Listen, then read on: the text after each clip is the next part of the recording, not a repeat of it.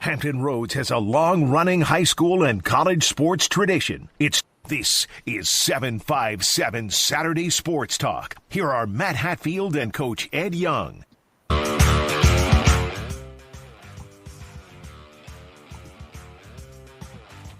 Good Saturday morning, everyone, and welcome to another edition of 757 Saturday Sports Talk. Like, share, and subscribe to Cova Sports TV, wherever you may be. We are glad you're tuned in and plugged in on this particular Saturday morning, the 17th day of August, the year 2024, as we're getting it closer and closer to the start of high school football. Yes, I'm the guy wearing the Arizona emblem, rooting for the D-backs, who took a tough L on Friday night, but they're still rocking and rolling. He is the coach, Ed Young, wearing his New York Yankees paraphernalia, but he's not quite in the same location as I am, as you can tell from his background and my background, as I'm getting ready to do the 12 o'clock Sports Center. He's, on the other hand, doing I'm not sure what he's doing, maybe the cha-cha later, I'm not sure. How are you, sir? I am fantastic. I am from parts unknown. Ain't that the truth? My background is real. Yours is super sci-fi freaky-ish. Whoa. My background is real. Okay. My background is real. Where's the trap door? Your background is checkered. Your background is checkered. No, this is real. This is the real. No. Oh, I'm talking about backgrounds. We do background checks on this show. I will pass with flying colors. I'm not sure about that. That I can guarantee. That's up for debate. That is up for debate. Hey, by the way, good thing. Happy belated birthday for those who don't know. Appreciate that. This guy here. Good morning, Woodrow. Celebrated birthday number, who the hell knows, but he celebrated 92. Well into the night. And it was into the night, all right. Make sure, if you haven't, send presents his way, because he'll cry forever. I got him the same thing I got him last year. I'm consistent. One thing is I'm very consistent. So, but he celebrated, and those that missed it, give him a shout out. But more importantly, because he won't say it, he wants money, needs money, and money always works. Life is not about money. Money cannot buy a happy life. Try not having it and see what happens. Yeah, trust me. This retirement, I don't want to go off, because if you want to rant, if you were more frugal and saved your money and stop going on all these luxurious vacations that you go on. I wish it was. Oh my God, I wish I did luxurious vacations. Let me just say this. People, don't rush to retirement, because the government would rather you be dead. And dealing with Social Security and the Virginia retirement system, I have a better chance of talking to Jesus at length than those people and them doing what the heck is supposed to be done.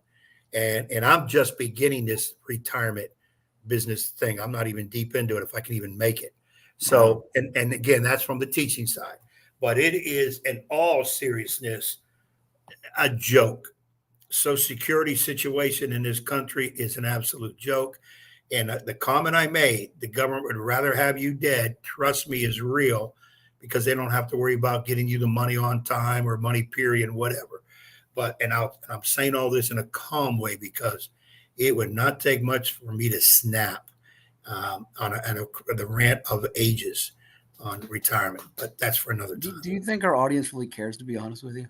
No, because I don't know if our audience is close to retirement. It's probably more younger dudes like you. And I'm telling you, that's the mistake young people make. Oh, Save your money, put some away every time, because the government's going to take hold it. on. Is it us young people, or is it some of us older people with the name Young that didn't do that? Let's I did not put money away when I was younger. Absolutely. So this is a you problem, not a us problem. You're trying to make a you problem an us problem. Or how much money do you take out of your checks when you get a check and put it aside in the savings account and say, I'm not touching it? I do it every day.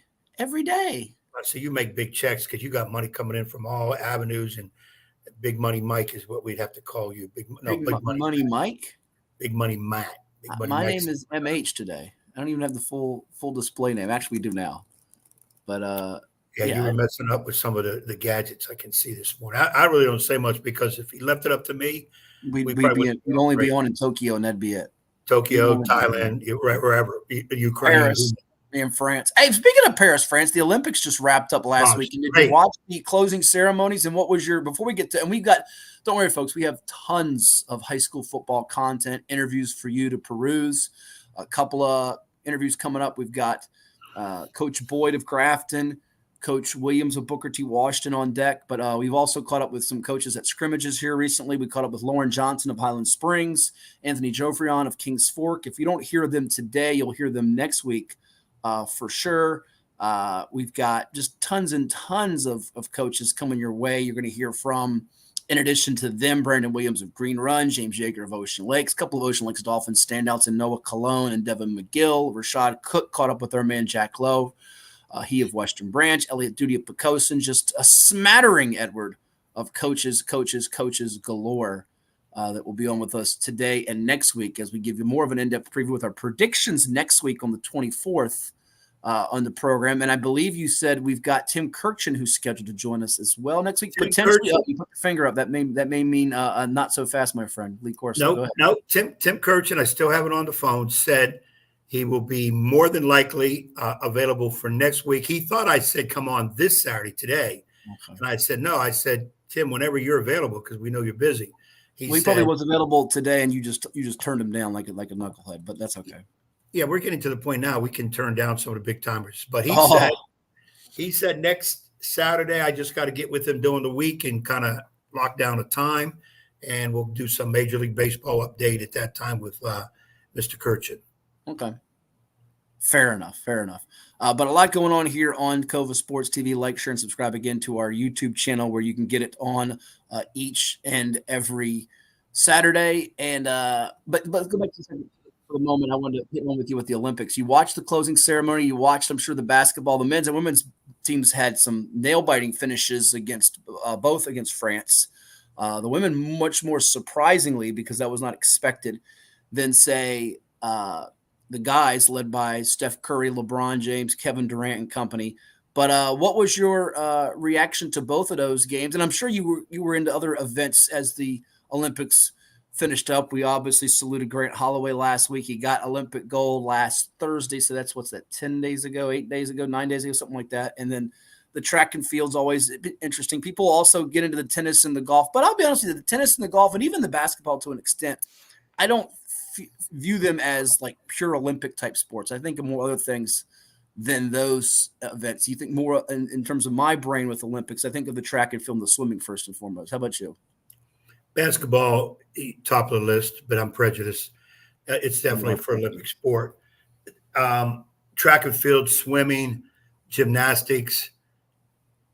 Please find out who we can take breakdancing out of the Olympics.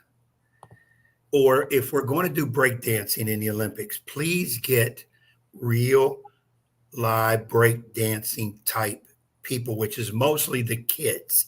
So you're bothered. Are you bothered by the breakdancing? I will not detect some discouragement in your voice. The Australian lady who acted like a broom on the floor was a bomb. Broom. Wow. She acted like a broom.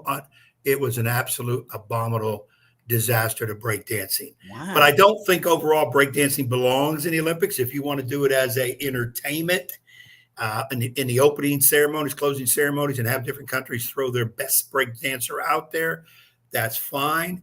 I've said it before. How can that be in the Olympics? And baseball, which most countries have, isn't. Though I think somebody said it's coming back the next time. That definitely should be in there. Was did we have volleyball this year? I did not watch much of the. I know we have beach volleyball, which I like. Yeah, I know we had 3-on-3 basketball. We did have that's another volleyball because the women of the U.S. lost 3-0 to Italy, and Brazil. That was the gold medal match. And Brazil won the bronze over Turkey, whereas on the men's side, it was France beating Poland, and the U.S. got the bronze by beating Italy. So, but I didn't watch much of that. I actually liked the handball a little bit. That was cool to me. Handball's good. Pickleball's good. I don't even know if they have pickleball in it, but they need to. Yeah. The 3-on-3 basketball. Let me just say this, U.S. Olympic Committee and FIBA screwed it up big time. I heard the inside gig on what happened with 3-on-3. Nah, James, I don't know. My breakdancing days are – I can break stuff, which would be my bones. But back in the day now, I could go. Yeah, they call me the plain white rapper. There's some footage that I've gone through the lengths of capturing from some people out there in the audience that have secretly taped you in a local establishment that we might use against you and against your will at any particular time. No, I don't have nothing to hide on the dance floor. I got a few moves on the dance floor. Stay in my lane. You can't hide it because when I have it, there's nothing to hide. Just remember that. Just remember that, Edward. When you think you can hide something from me, you never can hide anything from Matt Hatfield. Yeah. You're the type with the camera like TMZ dudes. You'll be in the little corner spying on people and getting ready to blackmail them as necessary. And that goes to all of our audience out there, but in particular, my co-host. When you think you can hide something from me, just remember it always comes back. Like I said, I have nothing to hide. I am an open book. Okay. But you will not see video of me in my breakdancing days because that was before camera and film. So you won't see that. But I was on the ground doing some spinnings, head spins, one arm on the ground and going around on that. But I don't think that's anywhere to be found. But 3-on-3 basketball. We didn't do well. My dad, my father, who we'll get him back on for Fact or Fiction come Christmas time, maybe state championship time, when he and I decided to go to his alma mater, JMU, for the Class 6 and Class 5 finals, I imagine, or Father's Day when he beats you for like the 15th consecutive time come 2025 in our Fact or Fiction game. But he was very disturbed, bothered, upset, fill in whatever adjective you like about our 3-on-3. And I heard Stephen A. Smith and I don't watch Stephen A. Smith, so I'm put out there because I know you're not a big Stephen A. fan. For all the talking heads, the Stephen A's, the Skips, we like Mad Dog a little bit. But he's a joke. I love Mad Dog. Stephen A's a joke. Anyhow, nonetheless, he was upset about it. I saw flipping the shelves the other day too, just trying to find what my IFC from my night court marathon on Monday and Tuesday. But 3-on-3, we should be better than that, right? We can't get 3 guys and 3-on-3. Again, it's Ice Cube needs to handle 3-on-3. He's perfect out. He has his 3-on-3 basketball. The big not Ice T, Ice Cube. Ice Cube. Get your ices right. All right. Ice T is the one that's on my show, Law and Order, right? Ice T's on. Yeah. But that's not what Ice T's known for, Law and Order. Well, you drink it too. Well, no, Ice T's known for other things too. But wait. Don't diminish the longest running drama on TV and best television show on TV with my gal, Mariska Hargitay, a.k.a. Olivia Benson. Don't do that because you do that, you're going down a bad place, sir. I won't diminish. I know he had a career before the acting. I understand that musically, and he's known for. I understand that, but today, forget his music. He's better on your show than it was music. What he's known for is his wife Coco. And if those that know. Those that don't, you better find out. Well, his wife's not on TV. He's on TV. If his wife was on TV, the ratings would be through the roof. Well, the ratings are already great. It's already the best show on TV. So what do you need his wife for? Because I'm not Coco. I don't even know Coco. Oh, I was learned a long time ago. Don't argue when you're right, and don't argue with ignorance. So I will not do either one of those now. You're calling me ignorant. Okay. No, I said with ignorance. I didn't call you ignorant. Right. But if you look, I will let you at a later time look up Coco, Ice-T's wife, and then we'll leave it. Coco. I just Googled Coco. Coco. Forms of the cocoa bean during production. The cocoa bean, also known as simply cocoa or cacao, is the dried and fully fermented seed of the Theobroma cocoa, the cocoa tree, from which the cocoa solids and cocoa butter can be extracted. and the trees are native to the Amazon rainforest. There you go. Didn't come up when I Googled her. Sorry. Okay, let's get more defined to help you out. Now, when I Google iced tea, his picture comes up in addition to a picture of the drink that you can have. Okay. And I see his 8-year-old daughter, Chanel, visited the SVU set. So I Google Iced Tea's wife, Coco, and we'll just leave it at that. Well, it sounds like you've already done that. You don't have to do it. No, I have not. I don't have to Google her because I've seen her before enough times. Apparently so. Yeah, people are laughing their heads off right now. We've literally gotten 3 laugh emojis just off you talking about Coco. And then, see, they know. They know. How did we go from the Olympics to Coco? I have no earthly idea. Oh, we're doing a 3-on-3. You went from Ice Cube to Ice Tea to Ice. By the way, Ice Cube does that with someone from 757 Nancy Lieberman. This has been very much involved. This is why I've got to learn you. You understand, Ice Cube sent a letter to, I think it was the Netherlands, won the 3-on-3, stating he would like to have the Olympic team come over and face I don't know if it's an all-star 3-on-3 or the top 3-on-3 team, or into a tournament with our 3-on-3. FIBA jumped in and said no, because the request has to come within, if I get this right, 30 days or 10 days. And the letter came within that period, outside that period. Really? So FIBA said no. But I also found out FIBA runs 3-on-3 basketball. I guess there's a leagues overseas. So they regulate 3-on-3 basketball in the Olympics, but they control the 3-on-3 league overseas. They don't control here in the United States. So they nixed it. They said no. Netherlands wants to do it, but they're not allowed because they'll face harsh repercussions if they do, because it was stated in the letter. They showed a letter. I think it was on a Steve McAfee show. I think he had Steve McAfee or Pat McAfee? And Pat McAfee. Steve might be his brother. Okay. No, it's a former player of mine. Steve McAfee's a former player. Oh, okay. Just remembered that. He has a show then. Okay. All right. Yeah. And they put the letter up from FIBA, and it says at the bottom, any participation will constitute harsh ramifications or whatever. So like threaten them if they did it. So it's a joke. 3-on-3. And I think even though we don't have a 3-on-3 quote women's league, which I think Ice Cube could probably go ahead and start and be ready for the next Olympics, put it in his hands. It will be well run. There's no reason in 3-on-3 basketball we should look like the jokes that we were in the Olympics. Women did a little bit better, obviously, and I'm not saying you have to have pros. Everybody says we got to go get the pros. 3-on-3 basketball is different. Rules are slightly different. It's a little different type game. I'm not sure NBA guys would adapt to it as well. I would go for 3-on-3, the big three. Take the best out of the big three or the championship team. You know, there was talk about Caitlin Clark being in that. Remember?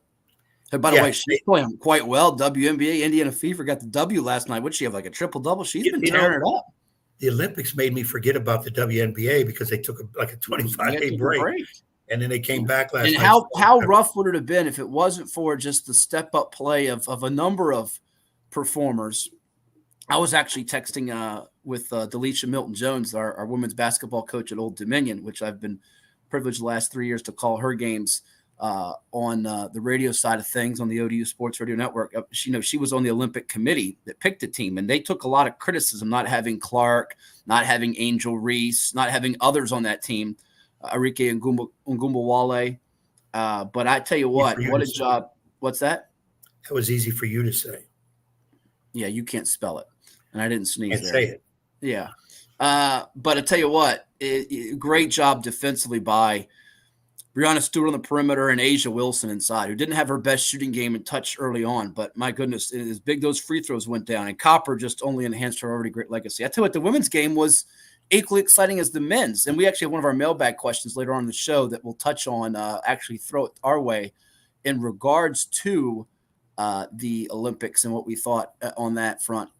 But yeah, it was good drama. I thought overall, and the track, obviously there's some great storylines from it. I felt it was a solid, and you know what I actually enjoyed, I wouldn't say the most, but as a broadcasting person, I don't know if you got a chance to catch it last Sunday before the closing ceremony, as Mike Tirico sat down with both Al Michaels and Bob Costas, as he had some broadcasting royalty, kind of put a big, closing summary, a big capsule, if you will, on what they saw and the experience, more as fans this time in the case of Costas and Michaels and Tirico, who now kind of anchors the coverage there for them. But I thought that was really cool. I thought that was really cool to have that there last Sunday, and Olympics in the books. And we might effort getting on. I thought about getting our pal Chuck Culpepper, Washington Post, who was there.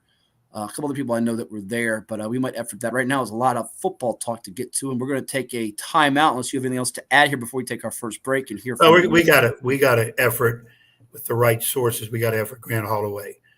You do.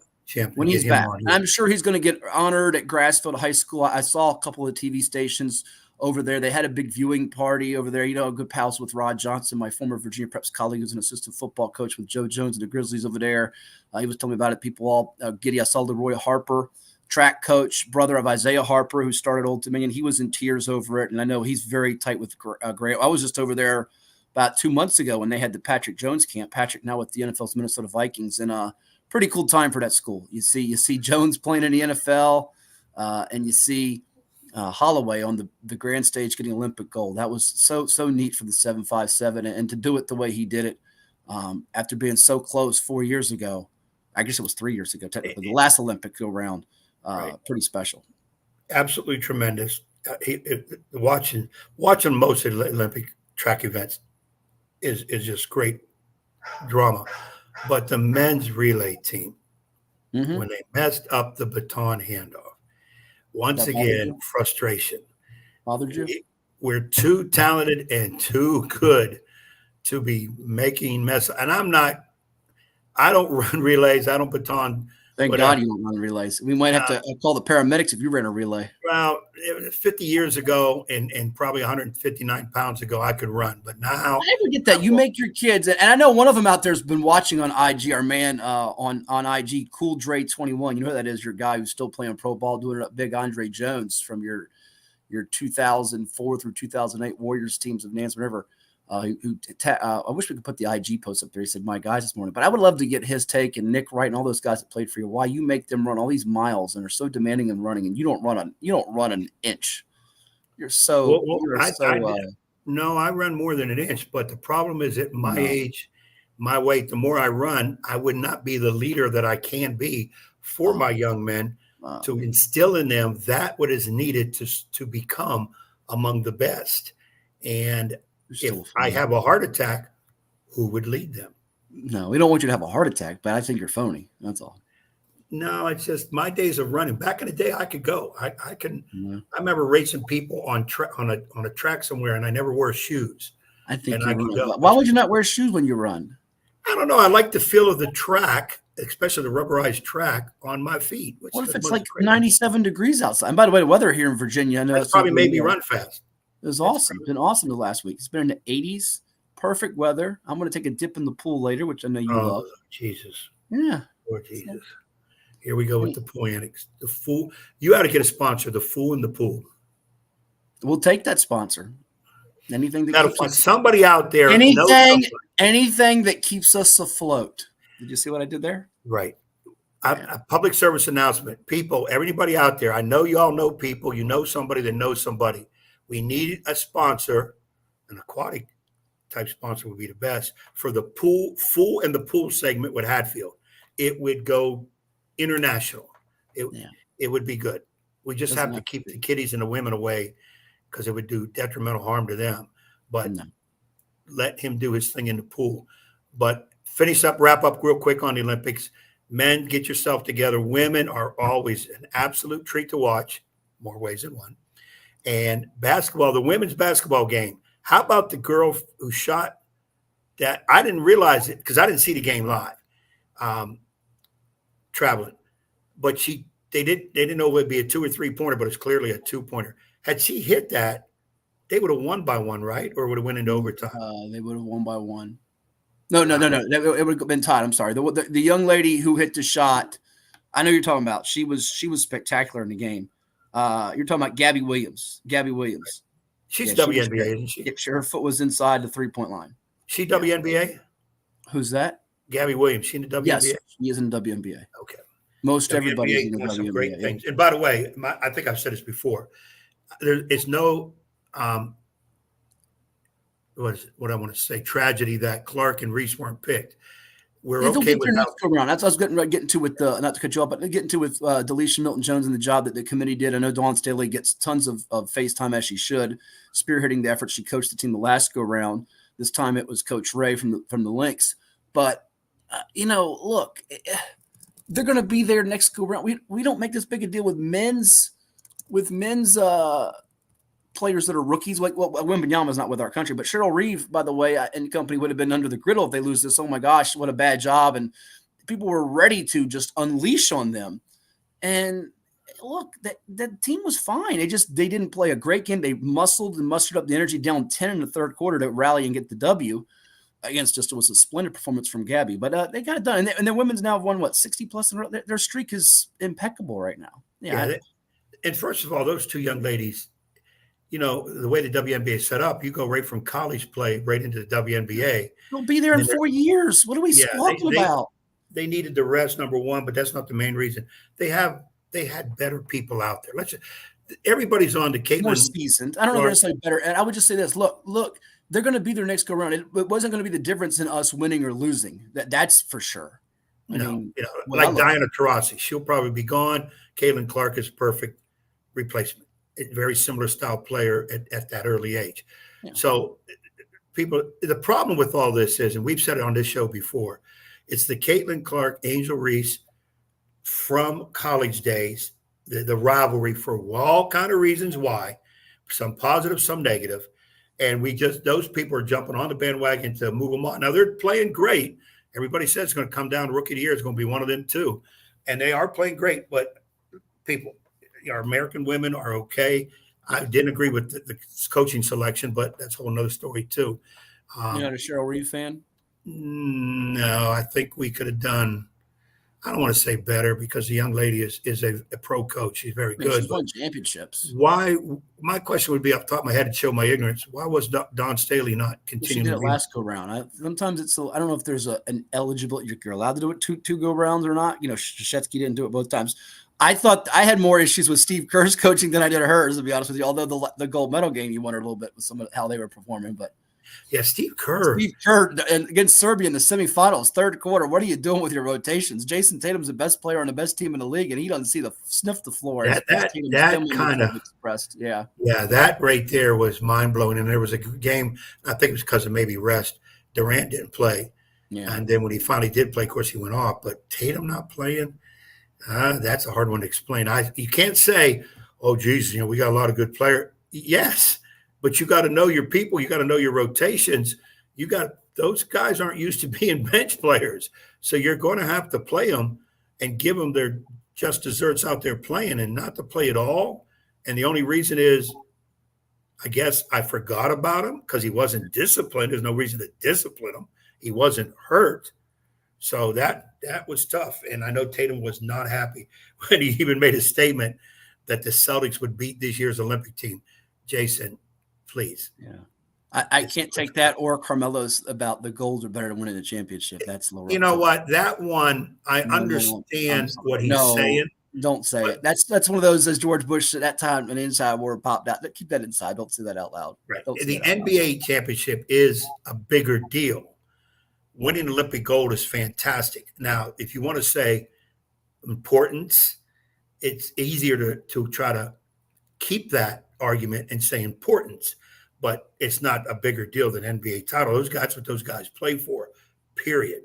And if you jump down into the college ranks, back in the day, we used to have all college kids. You ask a college kid, would you rather win an Olympic gold or an NCAA championship? NCAA championship, going to come out of all their mouths. But Olympic gold is big. It is important, especially for our country. But yeah, Tatum, that was when Tatum said about beating the Olympic team, no. And Carmelo, was it Perkins that said the only reason he said that is because he never won NBA titles. Yeah. So it's easy for him to say that. Yeah. We are long overdue for a break. Let's take a timeout. We'll come back with Mason Williams, head football coach of the Bookers of Booker T. Washington. That's coming your way right here on Cova Sports TV. Like, share, and subscribe on 757 Saturday Sports Talk on the 17th day of August. Stay tuned. Now let's hear from Town Bank, CHKD, and others right here. As a banker at Town Bank, We believe that people bank with people, not with banks. You're looking for an actual personal relationship, and that's what you get at our bank. You get that person that gets to know you, gets to know your business, is there for you. I think that is what motivates us, what drives us. And the idea that we are trying to serve others and enrich lives, I think is very true.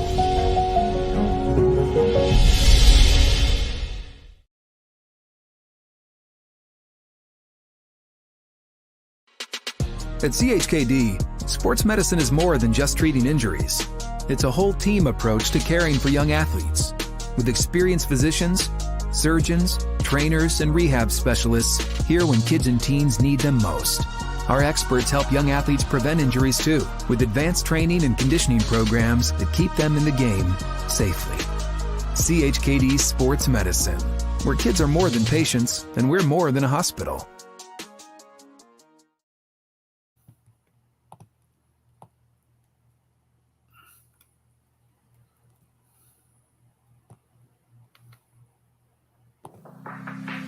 Treat yourself to a visit to the Drip Bar, IV hydration and vitamin therapy in Virginia Beach. Boost your immunity, increase your energy, and promote anti-aging with our personalized treatments designed to ensure efficient nutrition absorption to rejuvenate your mind and body. Come see our chic and relaxing day spa for yourself today. We welcome walk-ins and appointments. Our medical professionals will help you achieve your best health and answer all your questions.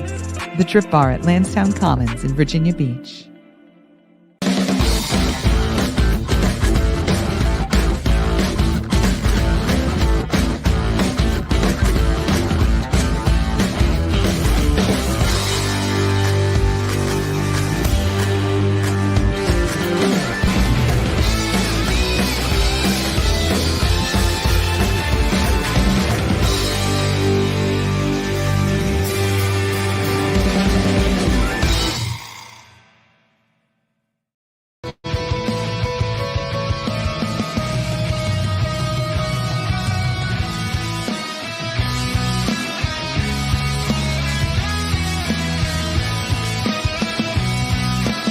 This is 757 Saturday Sports Talk. Here are Matt Hatfield and Coach Ed Young.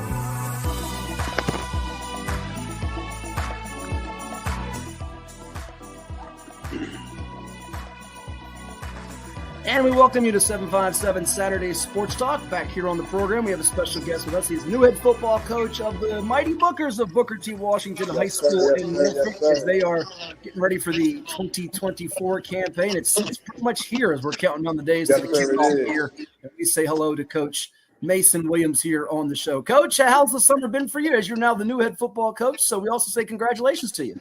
I appreciate that, Mr. Hatfield, Coach Young. Right now, it's just really now setting in, coming in at this time of the year, not really having an off season is definitely presenting its challenges, but it's nothing that I can't handle.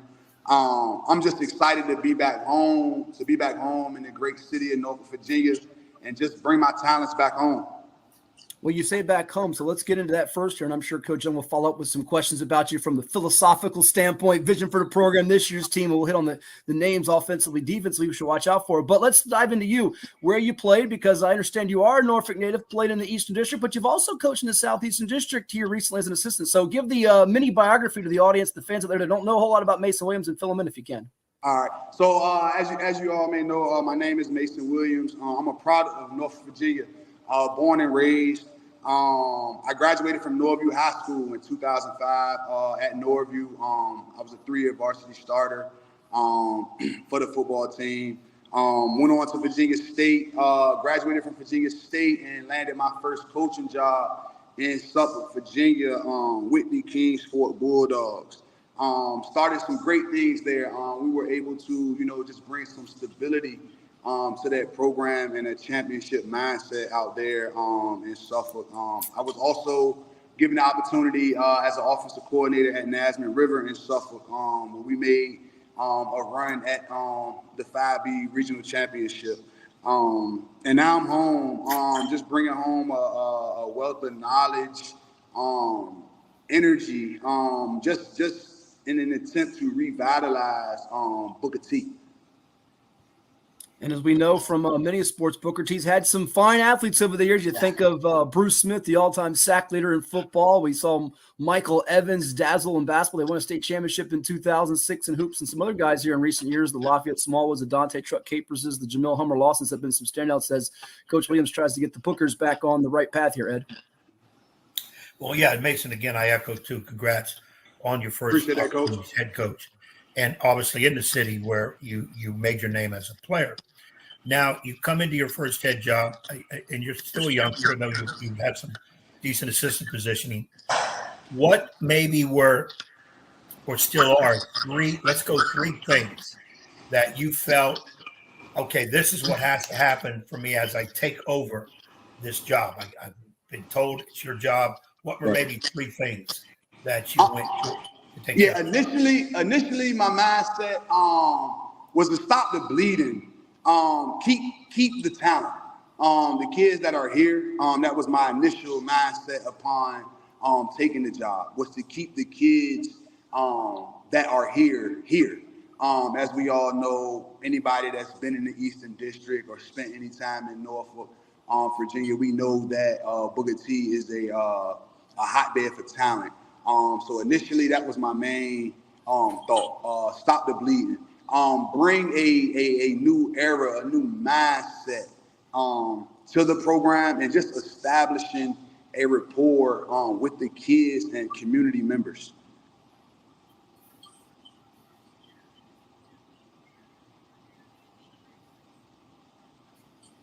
Ed? Now what about staff? Do you have your full staff in place? Yes, sir. I was fortunate to bring 6 coaches on board with me, and we're just going to attack each day. We're not looking for sympathy or any excuses. We as a staff, we understand the assignment, and that's the beauty in it all. You just come to work every day. We'll get 1% better. We'll fill out the roster and things once school is open. I have 5 coaches working with me in the building, so myself included will be 6. So we'll have individuals in the building that will help us, recruit the hallways and things of that nature. So the assignment is understood. It's talent here now. It's just a matter of just harvesting and coaching the talent up. I know it's probably difficult for you to give us a depth chart or in-depth breakdown of every unit on your squad, but be honest, there's probably got to be a couple of names that have either stuck out for you the first few days of practice here, watching some film on Huddle, just seeing them as you took this job and have begun this process that we should watch out for. Any names sticking out that maybe are going to be some Bookers making some plays on Friday nights this year that are going to turn some heads in the Eastern District and beyond? How about any of the possible standouts for you? Oh yeah, yes sir. We have a couple, man. We have a solid group of seniors, man. Christian Bratton, Johnny Inez, Amani Samuels. We have DJ Curtis. We have a Kelvin Battle. He's a young guy. He's gonna burst onto the scene this year. So those are just to name a few guys that we have who have displayed, just good flashes since we've been out here in camp. And of those names, where do you think you might have the chance to be strongest at as far as on the field? Is there a specific definitely skill, man. We're skill heavy. We got guys who can run, guys who can jump. We got bigger skill. Definitely on the outside, man. We should be able to compete on the outside as the season progresses and the kids become familiar with the defensive and offensive schemes. We're going to simplify some things to just get them playing fast. Again, no excuse, but as coaches, you learn how to adapt, and right now, time is not our friend. So the best thing we can do right now is to simplify the game into simplest forms and just put our athletes in position to be successful. He's a former player at Norview High School in Norfolk, coached at Kings Fork and Nansemond River and Suffolk as an assistant. Now the new head football coach of the Bookers, Booker T. Washington High School in Norfolk. Mason Williams, our guest here on 757 Saturday Sports Talk on Cova Sports TV. Like, share, and subscribe to our YouTube channel, wherever you may be tuning in, whether it be Virginia Preps, Facebook, IG, Twitter, or X, Apple, Spotify. Here are our guests as the Bookers get ready to kick it off August 29th at Petersburg, Ed. Yeah, Mason, and listening to you, and again, and knowing that you played at Norview, coached at Kings Fork and Nansemond River, two very good programs in the Southeastern District. Now you're getting your first opportunity to coach in the Eastern District, which we know is loaded with talent. I mean, Maury is a state championship level team without question. Lake Taylor's already proven that same thing. How do you look at both of those districts? Is there when you compare them in terms of strength, weakness, similarities? Eastern District, Southeastern District. Well, to me, to be honest, it's no place like home. So, the Eastern District, to me, man, it just embodies, the city of Norfolk. Kids are playing, for an opportunity to, change their lives for the better. A lot of kids in the city of Norfolk, don't have an outside of athletics. So the athletics are extremely competitive. So if I had to pick, I'm a Norfolk guy, man. I got to roll with the Eastern District, Coach Young. I get you in that. I would expect that, being that that's where you're from and where you played. I'm sure now when you put in your philosophy together, and I know a lot of guys don't want to talk about. We talk with guys that have wing T, spread, triple option, power I. What is Mason Williams? I know, and a lot of it has to do with what's in front of you. Like in basketball, I could say, yeah, we're going to run up and down, we're going to press all over the place, and then you realize you don't have Kentucky Derby horses, you got Clydesdales, and that ain't going to work. Right. What do you like to do in general, both sides of the ball? Spread guy. Not to give up too much, but I like to put my athletes in space. I like to open the field up. Give my guys the opportunity for one-on-ones. So, I think we'll be fine up front. We'll get better as the season progresses. Defensively, like I said, we're just going to simplify it on defense so our kids can play fast. And I just think you'll see us growing as the year goes. 3 minutes in with Mason Williams, our guest here, the Booker T. Washington's Booker's new head football coach. It's Cova Sports TV, 757 Saturday Sports Talk. Go ahead, Ed. No, I was going to follow up on this one. Was you had mentioned earlier about you feel real good about skill, the so-called skilled players, and everybody knows that line is important. Yeah. Now, once school starts, you're talking about more people coming out. How do you assess your line right now? Is it you've got to work some magic with putting some people there, or just young talent? I have a solid 5, and I just leave it there. I have a solid 5, young, but we'll coach them up, and they'll be ready. And correct me if I'm wrong, you're a former lineman yourself, right? Yes, sir. Did you double at Norview, O-line, D-line, or were you just a one-way guy? Yes, sir. I was all region, offensive line and defensive line in my tenure at Norview. All right, but be honest, though. Would you enjoy more blocking dudes or knocking dudes over to try to get the quarterback or running back? I just think you just got to have a nastiness to you to play offensive line. Even getting the kids to buy in and playing O-line is hard. Everybody wants to play defense. Everybody wants to get to the quarterback. But again, that's just the buy-in and the culture we're trying to establish here at Booker T. We may have to go back to the old days of Ironman football. Like I tell the kids in my day, I didn't come off the field. Didn't want to come off the field. So again, that's just the mindset. We're a Division III school. We won't have the numbers that some of these, Division V, Division VI schools. So my thing to the kids is just expressing to them, getting them in shape, mentally and physically.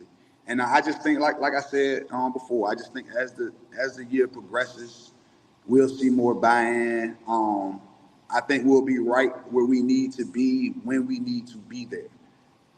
Lastly, for me, and I know Ed will follow up here as we close out with you. We thank you for making the time for us. I know you're very, very busy this time of year as you get ready for those scrimmages and then game one coming up at the end of the month against Petersburg Crimson Wave. What do you really want to establish in year one and early on in building this program? You come from Kings Fork with Coach Joe Friend over there. You guys had a lot of success, and you were integral in that happening. I know he's excited for you and pumped that you get this first opportunity as a head coach, though he does see you depart his program. But, some coaches come in with, we're going to win this many games. We got to get this. Right. What do you want to do in terms of establishment as you turn, when it's all said and done, turning a page from 2024 to 2025? People say, all right, this is what Booker T's about, their identity, if you will. I just want my kids to know, the community to know that I love them. One of the things I picked up on very early when I walked in here, it just wasn't a good aura, a good vibe. I want to create a safe haven for our kids, create an opportunity for them, to be a part of something great, to revitalize Booker T, because we all know, man, Booker T's in the heart of Norfolk, Virginia. So my biggest thing would just be family, just creating a family atmosphere that our kids love to come to, love to work, and just love to get better each day. Booker's trying to make some noise this year in the Eastern District, along with other schools from the city of Norfolk, like Mason Williams' alma mater, Norview, Lake Taylor, Granby, who made a big splash a season ago, and, of course, reigning state champion Maury. Our final couple minutes here with the new head man of the Bookers, Mason Williams, here on 757 Saturday Sports Talk on Cova Sports TV. First game of the year, Bookers and Petersburg, a good old Eastern region, Central region / rivalry from multiple sports in years past, Ed. Well, like I said, Norfolk, I had the opportunity years and years ago to coach at Norview High School, basketball side of it, at Mason's alma mater, before Mason. And you didn't coach him on the hard way. That was before him. No, I didn't have him. I would love to have him on a basketball court. I got a feeling he would use his 5 fouls up pretty good. He's got more game than that. Don't call him a foul fest guy. I'm not saying we put him in just a foul. I'm just saying he wouldn't waste his 5 allotted fouls. Okay. I wouldn't make them count. There you go. Did you play hoops in high school or just football? No, I played football and I wrestled. And you're a wrestler? Okay. Yeah. Well, now we can get some WWE action. Right. Are you a pro wrestling fan? I actually do like WWE. There we go. Every Monday and Friday. There we go, man. He's in my. Hey, we got to take Mason. Matt and I went to a Virginia Championship Wrestling minor league. He dragged me to this 2 weeks ago, Coach. We got one of these days take you with us. Okay. And we sat second row, and we heckled those wrestlers like crazy. Oh yeah, that'd be good. That'd be fun. That's the entertainment. That's exactly what it is, entertainment. Right.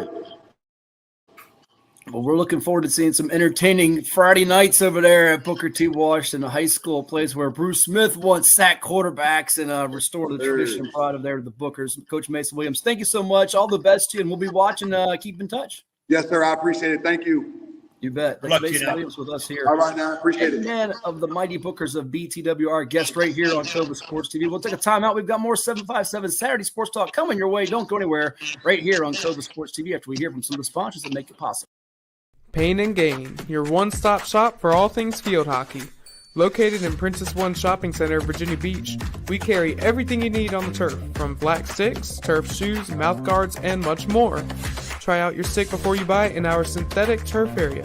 Pain and Gain. Embrace the pain, enjoy the game.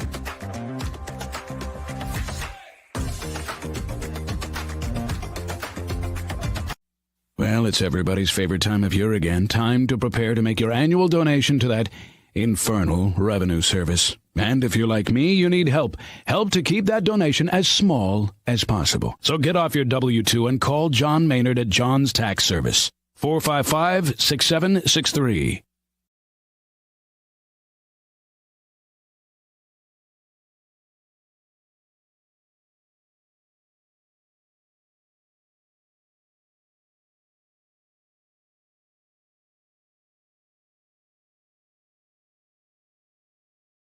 I'm Dr. Mark Cardelia, orthopedic surgeon and surgical director of the CHKD Sports Medicine Program. We see a lot of knee injuries in student athletes these days, and many of these are ACL tears. Parents often ask how to know when a knee injury may be serious.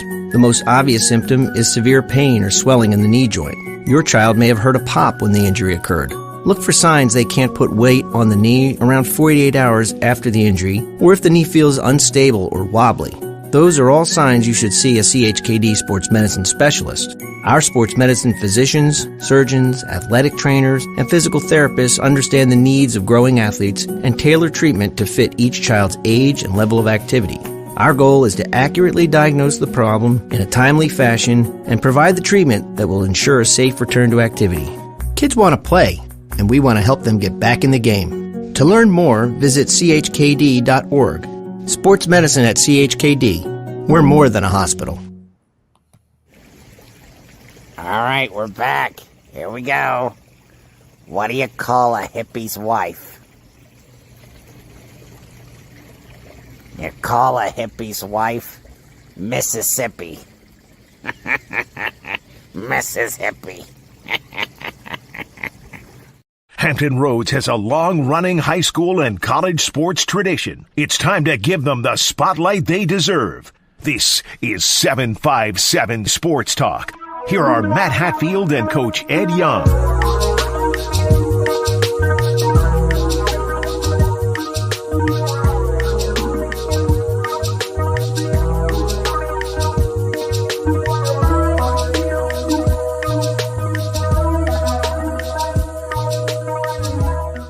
And we're back here on 757 Saturday Sports Talk. Like, share, and subscribe to our YouTube channel on Cova Sports TV, wherever you may be tuning in. Apple, Spotify, VirginiaPreps.com, X or Twitter as they call it, Hatfield Sports on my X page or Twitter page, Hatfield Sports 2K4 on Instagram. Interact with us. We always enjoy it. Ed, before we get to some more football coaches, you just heard from Mason Williams of the Bookers of Booker T. Washington. Have you ever been to Mississippi? No. Okay. No, I haven't been to the Great Sippy. The Great Sippy, okay. Yeah, the Great Sippy. You just killed the thought, though, in the water. I ain't killed a thought. Still a great thought. The joke made no sense. Mississippi. You try to put an H in it. There is no Miss a hippie. You'd have to say it Mississippi. You're an Eddie Downer is all you are. I'm just the fact man here. I'm the one that has to keep this show on the level or we don't go to the top. Yeah. We're on our way to the top, but we're not there yet. And then pool jokes is killing us. But people, we still need a sponsorship for the Fool in the Pool, and we can go national with it. Yeah, we need a sponsorship for the guy who's wants to crash the party and get all the feelings hurt. That's you, always. By the way, Super E chimes in. I missed Coach Ed at the AEW taping a couple nights ago. Well, listen, E, you go back and watch the last couple of episodes. You'll see us from the Virginia wrestling event we went to over there on Granby Street. ECW, Eric, go to ECW. He did not go to AEW at ODU. You weren't there. I think E was there as he interacts with us. The problem, Eric, the problem is simply this. To sit ringside, the Magnolia State. Good job, Woodrow. Yeah, look at that. The problem with the AEW taping, I did see some of it on TV Wednesday night, yes. I got to be close to ringside, obvious reason. Because you spent all your money on your vacations and your previous wrestling extravaganza, right? Well, New York City killed me last week, and then I'm in Pennsylvania. New York City? Yeah. You don't remember that commercial, do you? That goes over half of our audience's head, by the way, but go ahead. Right. It's too much money because I have to sit ringside because I got to get on the wrestlers. You don't have to sit ringside. You want to sit ringside. Because I have to interact with the wrestlers. I like that. That always gets me. Like, real quick, I'm going to get a rant started before we get to our football topics. People that say we have to have a shot clock. And I'm not. You're against it, number one. So get mad at me. Don't need a shot clock. I'm not against having a shot clock, but I always argue back. We don't have to have a shot clock in high school basketball. We want a shot clock. Can it be better? Can it be more beneficial for the game and the athletes and everybody? Yes, absolutely. I'm not dismissing that. But I always snicker when I people say we have to have it. No, we haven't. We've played 100 years without a shot clock. Who says we have to have one right now? The game is still functionable, though you might not like it without it. You have to have officials. You have to have table workers. You have to have security. You have to have 2 baskets and 10 players on the court. Those are things you have to have. Like you just said, I have to sit ringside. No, you don't. You want to sit ringside. We want a shot clock. We don't need it. We want it. It's not like you need water and air to breathe and live. You don't have to have those. Those things you have to have. The other thing, you don't have to have a shot clock. Okay, are you done yet? Calm down. There you go. I emptied the bucket. Go ahead. I have to sit ringside because no, you don't. You want to sit ringside. Can I finish, or is it a constant interruption? Go ahead. I have to sit ringside because I'm interjecting into the drama, the entertainment that wrestling is. So I have to get on some of the heel wrestlers. You can't do that from the 62nd row. So, and I'm not paying $700 to sit ringside. Now, if somebody wants to sponsor my seat, I will be there. I have no problem being there, and I will do my just duties. But wrestling, I have to sit ringside. No, you don't. You want to sit ringside. Have to and need to and want to. You need to understand the complexities of these. Like you just saw someone need we want a shot clock. Could we use it? Sure. Am I against it? Not necessarily. I'm not necessarily for it. I've always argued, give me data. But this notion that don't get me started. And by the way, Nick chimes in. Austin Dillon wrecked 2 guys for the win and got penalty. Yeah, did you see that last week with the racing? Some crazy stuff. That was the guy that he jumped out of the car, started crying a little bit, then he grabbed his baby. That was like some wrestling. That was like some WWE drama they had. The reason he grabbed the child was very simple, because the guy that he wrecked was coming after him. Yeah, because they interviewed him after, and he had some words for him about and then he grabs his kids, and then that's a lot of beep. I think he was coming after him, and he can't hit the guy with a kid in his hand. So I'd like to see you at a race, either at Richmond, Martinsville, somewhere. It doesn't have to be in Virginia, as we know, because you're a world traveler these days. And let you be we say silent reporter. Let you be the guy that interviews the racers afterwards. Watch one of them punch you in the face. It'd be great. It'd be so great. I would be like you. I would antagonize a little bit. Hey, buddy. Yeah, and you're getting punched in the face. Exactly. He pushed you out of the way, right, and then start a fight like you. Oh, yeah, but see, if I go to the races, I have to sit close to the front of the track. The seat's closest to the track. You don't have to sit closer. You want to sit closer. Oh my God! I have to sit close. You don't have to. So that I can see what's going on, so I can analyze. Let me get straight. If you go to a wrestling or racing event and the security says, "Sir, you can't sit there," you go tell them, "No, Mr. Security Guy or Miss Security Gal, I have to sit there." You're going to tell them that? How's that going to fly? I went to the Janet Jackson concert. I had to sit close so I can wave to my crush, Jan. I can't wave to her in 100 seconds. Yes, you can.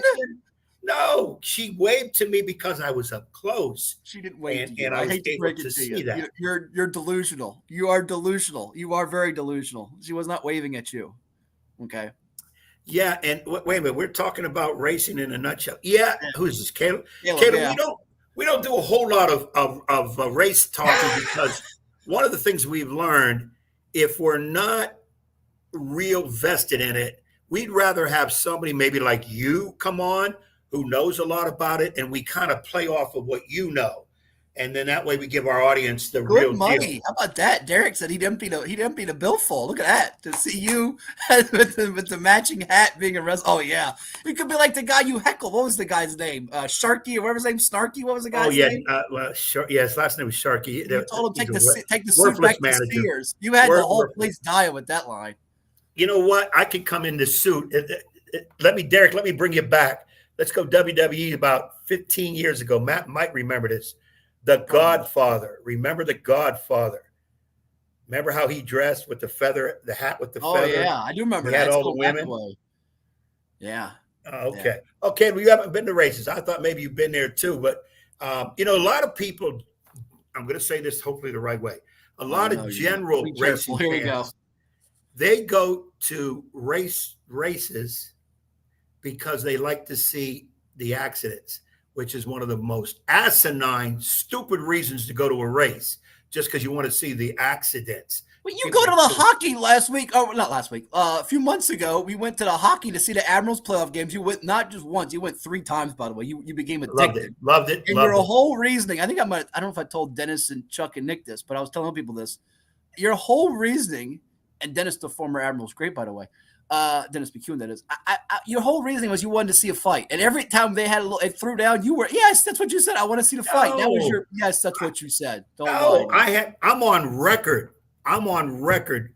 National Hockey League. Why it does not go high in my list of things is I don't like when they throw down and allow those guys to throw punches in fights. If I want to see a fight, I'm going to go to a boxing match, which I never will. Now, minor league hockey is known for their fights. Dennis, I think, was in a couple. More than a couple. I'll put it mild. Yeah, in a couple. As we call it, yeah. But when you go live and see how those guys are getting checked and hit, now you see why those fights come up. And, trying to protect the scorer guys, the little guys that can really go, and the bigger dudes, the defensemen, got to protect their people. I kind of get it. I just don't like to see it interrupted with a lot of fights because, to me, that's not part of hockey, even though everybody says it is. By the way, Nick makes a good question. You did not sit up close. You were not right behind them. Yeah, the tickets I bought were up a little bit. But I want to get next year, I'm going to get the tickets right up next to the glass. So when they hit the glass, I'm right there to give my comments out to them. Google the fight. Matter of fact, if we've got permission, we want to play that next week on the show. I didn't want to say too much because Dennis was known as a good skater too, but I think he can throw down if you want to mess with him. I think Dennis can throw down. Put that up there. I haven't looked that up. I'm going to see that. I will tell you one of my favorite Admirals videos we love is our buddy Jerry DeVender. That's one of the great videos. That's a classic. Well, he goes through all the fights and all the things in there. That's a great video. That goes way back. If we could get permission from whichever TV station, that was the Hampton Roads Goals back in the day. People should look that up on the internet. Let them know that we're playing their video and give them. We're not selling it, but yeah, that's class. Oh my God, classic.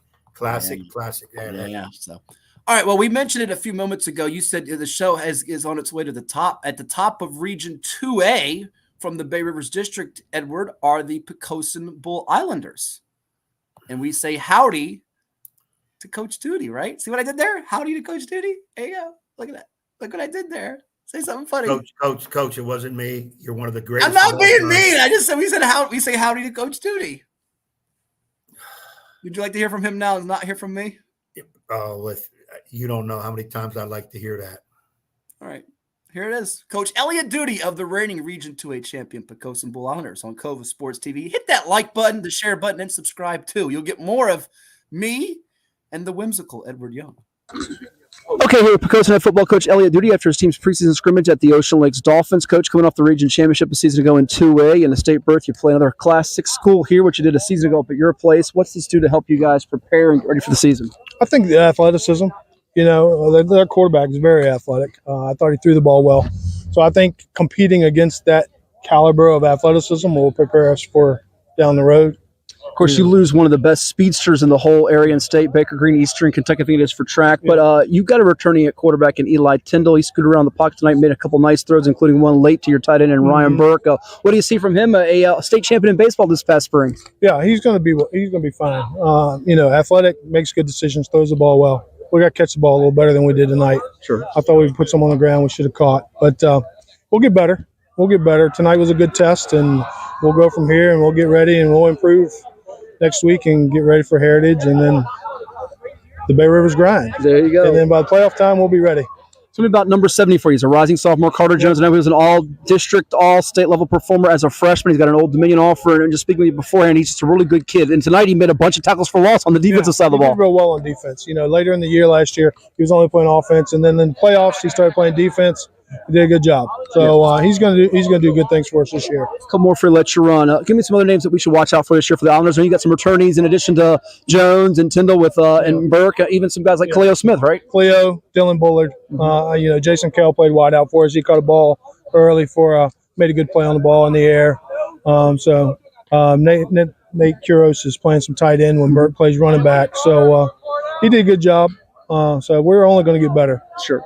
And lastly, what do you want to see this year? The Bay Rivers, as you mentioned, it's a grind with Lafayette being a king of the district for so many years, War Hill and others. What do you want to see for you guys to take the next step and possibly coming a championship game December? Yeah, just improve week to week and be playing our best football when we get to the playoffs. If we do that, we'll be fine. Go check them out, the Bull Islanders this year. Elliott Duty, thank you so much. All the best. Yeah, thank you. Appreciate you. So you heard from Coach Elliott Duty of Poquoson. Carter Jones was impressive last night. Just a rising sophomore lineman, really engaging, smart young man who was making tackles for loss. He's a big offensive force. They have another sophomore who's really good up front. And Poquoson's schedule scrolling across our ticker. How about that season opener? Very intriguing with Lake Taylor, who I know scrimmaged Bayside this week. Hank Sawyer, one of the very best in the area, though Hank graduated some key parts like an Elijah Moss Washington, the two-sport athlete, who is now at Syracuse playing his college football. You can never sleep on the Titans. They're going to play fast and aggressive. And a little bit of a contrast to styles. In a sense, Lake Taylor with that aggressive defense, Poquoson with the wing T ball control style offense could be determined by how Poquoson's defense does against, say, the Lake Taylor offense. But, there still will be some battles for both teams moving into district play. War Hill in mid-September, later September for them. Lafayette into the schedule for Poquoson. Nonetheless, intriguing there. And Lake Taylor, of course, has – I think St. Chris again on the schedule. Private school from Richmond is very, very good. Maury is always a big matchup in Norfolk in the Eastern District. But you have to like the buzz of Poquoson, though. Green graduates their best player. They might have more parts. You see this a lot in football and basketball. As a coach, when you lose your best player to graduation, but you might have a more well-rounded team and your team was already good, it's interesting in a lot of ways, isn't it? Yeah. When you're losing the better kids, you have to spread out their loss to hopefully somebody that steps up and takes that baton, so to speak, and runs with it. Yeah. Because you always have to improve from the previous year, where if you were like a role type player, you got to move up into a main type player. And that a lot of times for teams to really exceed, that happens. For teams that don't, it didn't really ever happen. Therefore, there's a struggle. Yeah, I think it's going to be interesting to see how they mesh this year. They have 8 or 9 starters back on defense. You touched on it. I think, a scrimmage against Ocean Lakes is a Class 6 school. Feels like they can be a little bit better, but those things will sharpen you up as you get ready for what's ahead in the BRD run. They're going to be high in our Class 2 top 10. Our countdown's already started on virginiapreps.com with the number 10 teams this week. If you haven't checked it out, the number 10 teams are free right now on the site. The 9 through 1s will be premium for subscribers, but Patriot out of Class 6. Wait a minute. So I got to pay to watch, to go see who all those other teams are. Hatfield, this is ridiculous. I got to pay for stuff that I should be able to get. Let me ask you a question. When you buy the newspaper, when you go get gas, do you have to pay for that, or is it given to you for free? Wait a minute, what does the newspaper got to do with gas? Because there's other sites that cover it. When you put on your television, is that free, or do you pay for that bill? How about when you get on the internet? Is that free? How about your when you call a friend, if you have any, on your phone? Is that free? Yeah, I got a couple friends that hook me up. Okay, so you don't pay a dime for anything. Everything is given to you for free. I told you. You just love getting under my skin. Sally. But I get under your skin more than you get under mine, so it evens out a little bit, somewhat. No, you don't get under my skin. I understand you. I understand you. No, you don't. You have people have to be able to have a working partnership. You have to understand the partner. Thank you, Caleb. Right, Caleb. See, I deal with this nut job somewhat on the daily, so I understand what's going on. Nut job. See, look at you. There's the name calling. You have to be that way. It's so wrong of you. Uncalled for. Disrespectful and distasteful. I say it in an affirmation type manner, not in a derogatory manner, which nothing's been. By the way, for those that are just tuning in and heard my rant about him charging, it was a play on somebody else. Yeah, that was like a month ago. Nobody gets that. That's old news buried, and you just want to dig up. I'm going to dig up bad feelings and vibes. That's all. Yeah, I just want to make sure that maybe that person's listening and now they get it. That it was a ridiculous statement for them to make. Yes, you got to pay. Woodrow and the audience are rooting for an argument. Well, we've already been kind of arguing. No, Woodrow. I am surprised by you. No. Imagine a pro coach ranting on his partner. Yeah. There's sometimes you'll see on some of these shows that they get on their partners when they screw up. I have to keep Hatfield in line, because if I don't, who will? And by the way, I've said this before, if some of you have not listened enough, I never argue. The only time I argue is when I am wrong, because I have to try to convince you that I'm right. When I'm right, when a person is right, they are a fool to argue. They're already right. Why would you argue? Yeah. There you go. If you want to interact with us, like you see on the screen from me, just comment with us through X or Facebook, all the different platforms. We'll even throw up a message. I don't know if we can do the IG yet that you send. We've gotten some of those on IG. I'll read them out here on the shows. We've got hundreds and hundreds of people watching all over the web. Well, Edward, we not only caught up with Bay River School in the Beach District, we caught up with the Beach District School in the Beach. You'll hear from the Ocean Lakes Dolphins later on in the program today or perhaps next week. We got up with James Yeager and two of his standouts, Noah Colon and Devin McGill. But we go down the road from Ocean Lakes to Dahlia Drive, a place that you once coached at on the Hollywood. They did a tri-scrimmage on Thursday. After I found out it was not at Oscar Smith, it was at Green Run. That was fun. Green Run, Oscar Smith, and Dinwiddie. 3 teams that will be in our top 5s in each classification. Green Run in Class 5, Oscar Smith in Class 6, and Dinwiddie in Class 4 with Billy Mills and the Generals. But we now hear from the head man of the school that hosted that, do we not? Yeah, we're going to talk about none other than one of the top coaches in the area. Record the last few years have been just astounding. Brandon Williams, Green Run head football. Let's see what you got to say. All right, I'm here with Green Run head football coach Brandon Williams after his team's tri-scrimmage with the Oscar Smith Tigers and Dinwiddie Generals here on your home turf in Virginia Beach. Coach, tell me about what you gained from it. I know the film will reveal a lot more, the good things, the warts, but what's your initial takeaways from what you saw tonight? I like the way we competed. I like the way we came out and didn't back down from anyone. These are, of course, like I said, scrimmage one. Everybody has still got things to work on before we kick off on week 1. But I'm just, like I say, I'm very, happy with the competition level that we brought today on that field. Not to diminish what you see in the Beach District or knock anybody, but you have won 33 straight in the city. Is it also good for your kids to get away from some beach teams and play some teams that are also state level quality? Oscar Smith's won a couple titles in Class 6. Dinwiddie's won a couple titles in Class 4. You guys have been knocking on the door in Class 5? No question. That's why we look. That's what we look to this scrimmage for. Gets outside that beach work. Some perennial powerhouses, as we like to call them in this here state. That they've been to where we're trying to get to, and the only thing we can do is get better off with the competition we got today. You mentioned at the beach football coaches luncheon the other day that you lost about 4,000 plus yards of receiving between Keelan Brody Adams, who's now at Virginia Tech, Tayshaun Young Steve, who's at Norfolk State, but you still got some good receivers. Right.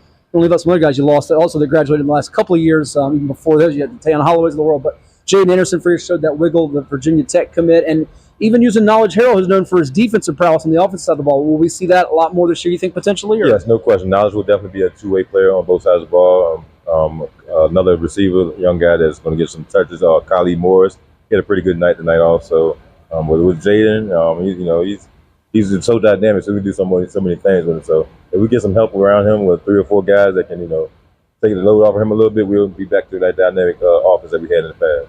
It's going to be hard for any team at any level in the state trying to match you guys big play for big play through the air with fireworks. So the strategy, I think, for a lot of teams is try to grind it out against you guys, be physical, run it. But that being said, you have some guys at that linebacker spot, second level of your defense. Manny Taylor, who's headed to Pittsburgh, we know as a linebacker for you. Even a new kid, Tristan Williams, tonight, showing some flashes at number 22 for you. Right. Tristan is definitely that spark, that fire spark that that we have in that interior of our defense. That he's coming downhill. He likes contact, so we need that type on our defense. And like I said, a couple of weeks back, people are used to us, scoring lots of points this year. I mean, in the years past, but I'm looking forward to our defense, being the go-to unit on our team this year. As you and the staff break it down film-wise, a couple more for you. Is the trench is going to be the area y'all focus in on it because you got Big Tommy Water on the offensive line. You got on the D-line tonight, Larry Trey Giddens made a lot of plays for you, and I know he's been doing that for years now. Is that the area that will kind of dictate how far you can go in the overall success? No question. Everyone, it's an old cliche, but it's true. It's true when you say it. You only can go as far as you win every game up front, and the game is won up front. You got to begin with our focus point, and that's what we're focusing on up front to be able to move people around. Like I said, we got some good competition with these 2 D lines this tonight. See where we're at as an offensive front and a defensive front. We got some work to do, but I like where we're at, so we can know we can improve on. New back as well, Charles Jackson, I think it is. He showed some potential as well. I know he was a big time player last year as just a freshman. Right. Charles is definitely a great addition to our offensive side of the ball. He does great things when he got the ball out in space. So we're looking for big things from him this year too. Lastly, as you get ready for your last one, your benefit game with Norcom, and then in game 1 coming up against Tallwood, I think it is, right? what are you wanting to see as you go on this journey to continue this domination you've had in the Beach District and hopefully be back in that regional and state championship mix? Well, of course, the goal is to get better each and every week. We got a strong and feisty Norfolk team that's coming in here next week to prepare us for that week 1 matchup. We're looking forward to that matchup next week with the wide receiver Alden. He's a good ball player, so we can get another measurable matchup next week to see where we're at. But as far as looking towards the future and the streak, we're just gonna take it one game at a time around here and look forward to getting back to where we need to be, and that's at the end of the season, in the state tournament. Should be a lot of fun Friday nights here on Dahlia Drive at Cadillac Harris Stadium. Thank you so much. All the best. Okay, thank you, man. So that was Brandon Williams of the Green Run Stallions, Ed, who will kick it off in 12 days, 6:30 kickoff against the Tallwood Lions. It is Cova Sports TV, 757 Saturday Sports Talk here on the program. Like, share, and subscribe to our YouTube channel and interact with us. And we might even squeeze in a little bit of the comments from Robert Jackson of Landstown. We had our Beach District football coaches luncheon that took place on my birthday, by the way, this past Tuesday at Regent University's founders, and all 11 coaches were there, including Coach Williams of the Stallions, who had that 33-game Beach District winning streak that dates back to the abbreviated COVID season. The last loss they took was the 2021 calendar year in the spring to Salem in a close one that was decided by a whisker. All right, real quickly before we look at them big picture and take a timeout, come back with more. We still got Coach Boyd of Grafton coming your way, and you'll hear some more. Plus, we've got our mailbag, your questions that were sent to us, and you can always send them to us through Twitter, X, Facebook, all the different platforms through social pages, and email us to it, hatfieldsports@gmail.com. We'll take nominations for Players of the Week and standouts this year. We'll put them up on the show. Will the streak, Ed, be 43 by the time the postseason arrives in November for the Stallions of Green Run High, a place where Plaxico Burris once dazzled? Will Green Run go 10-0? Because I believe last year, it might have been a year before when we were on radio. I forget. My memory's a little fuzzy. You have to correct me. I don't want to falsely represent you. Will it get to 43? Because I know a year or two ago you did not think it would get that far, and it did. No, I said they would lose at least one district game. Right, and it did, but they didn't. So what's your feeling right now? Gun to your head, but we won't put a gun to your head. Can't say that statement on radio, on the show. Gun to the head is not We're good. not on radio, we're on podcast, but go ahead. I just did it anyways. Water pistol to your head. Super soaker to your head. Super soaker to your head. We will put a super soaker to your head. That's just a little spray bit the better. stuffings out of you. That's great. I got a super soaker. You want to go see it? You want to see it? No. Okay. No. Go ahead. Anything with you in the pool, no. I don't want to be anywhere near it, because when they raid it, I don't want to be accused of being with you, and I have to go to jail too. Don't want it. I'm going to roll the dice. The dice says they lose one game. Who to? I muted myself. I'll mute myself there. I know you like that. Would you like to see the schedule and how it lines up? Give me the schedule. I got something in my mind. That's fine. I will give you, again, the last team to beat them was Salem in 2021. They got a lot of talent. Kassan Farrar's going to UConn, the quarterback. Jane Anderson going to Virginia Tech, the wide receiver. Manny Taylor, the linebacker, going to Pittsburgh. A Knowledge Harrell, the defensive back, now playing some more wide receiver, going to the Hokies as well. There's a schedule. Pick out the loss. Since I don't think they're going to lose Brandon and Stallions, Edward Young says you're going to lose. So pick it out. Go ahead. Let's see this. Cox at Cox. Okay. Kempsville's home. Okay. Kempsville before Salem. Landstown, after Salem. Oh, boy. I'm going to say they lose one, and it's in the middle of their schedule. From Cox on. Salem would be the easy pick because that you just said how talented they are. Oh, that's spoken like a true Kellum grad right there by Nick Zinti. That's a lot of pressure on Coach Brian. He's there, Nick. I don't know if you want to do that. 10-0. Kellum, I don't know if they go 10-0. I don't think they've ever gone 10-0, but we appreciate the fandom from Nick. Yeah, I'm going to say you got Cox. I don't see it, and I don't see who they're losing to. Salem is maybe your best, but you think Cox is the one, really?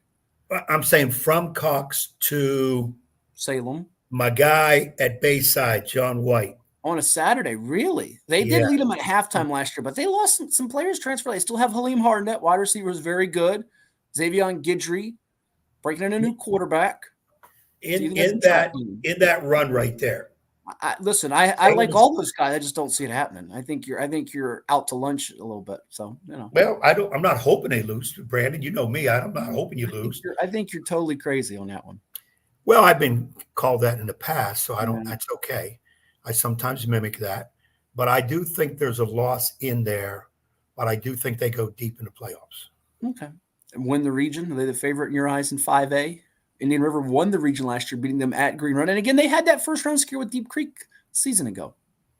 Yeah, they kind of sputtered, obviously, in the playoff. And then Indian River, who's got talent, took them down. And I kind of thought they would win that, but I did say it would be probably a one-touchdown game, but Indian River got them. I'll go even bolder. I'm not sure they have a game in the Beach decided by single digits. So you're seeing double-digit wins every game in the Beach. Yeah, I'm saying that. Ooh. I'm the total opposite side of the spectrum. Now, are they ready to tangle with Maury, the Region 5B champion? If it's not Maury, say Kings Fork or Warwick. And by the way, I heard Warwick held its own for a little bit of the scrimmage with Hatfield, who's going to be one of the favorites in Class 6. Remember, all those players left Freedom of Woodbridge to Hatfield. They scrimmaged this past weekend. I don't know that they're quite at that level yet. We will see. They've shown offensive brilliance and flashes of it. And if the defense measures up, they got a shot to do a lot of damage and be playing into December. But say state finals levels. But I just, in the Beach District, nobody's really, again, the teams have given them a test for a quarter or a half, but not the entire 4 quarters. Eventually the dam breaks and they hit the big plays. And at Tallwood again last year, Tallwood played them well for a half. And then what happened?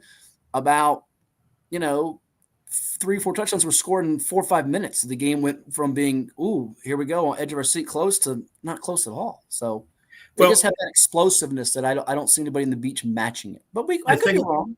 The thing about it is it's going to take somebody somewhat good playing their best game, and then Green Run, maybe, as high school kids do, take them a little lightly, not be focused as they should be, and then boom, that's the upset because Green Run is very good. So you're not just going to walk in there and smack them around and beat them. There's some other factors that have to happen. You can't turn the ball over a lot. You have to take their turnovers, that probably won't be many, convert them into points. You got to hope that you catch them on a low or maybe a high. Maybe they come off a great win against Salem. Okay, because I think Salem's the apex of that schedule. And then that's why I push it a couple games past that. And then you can get them. But usually teams that are very solid, very good, they're just not, you're not going to just beat them just because we can. Some factors have to happen, especially a program like Brandon has built at Green Run.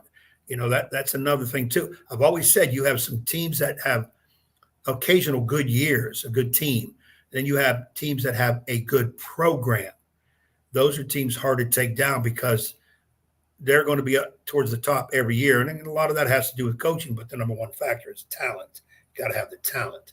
And Brandon has that, and Brandon does a good job at Green Run.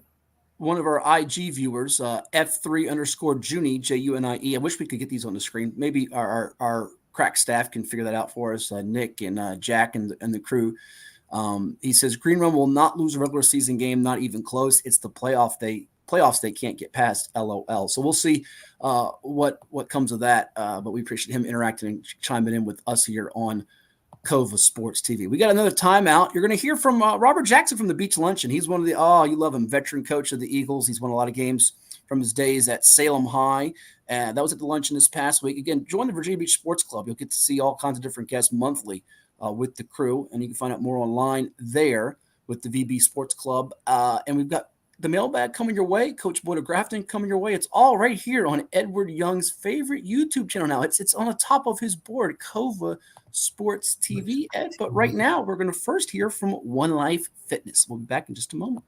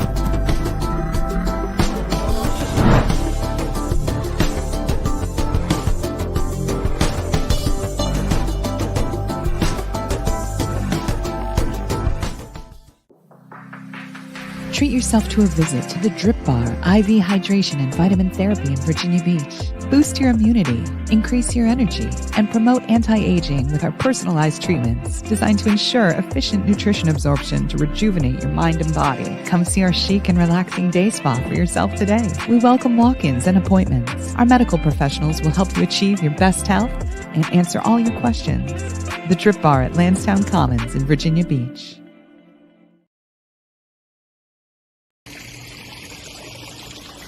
I've learned that being kind is more important than being right. Until next visit, this is Andy Rooney for Wondering Aloud on Poolside Adventures.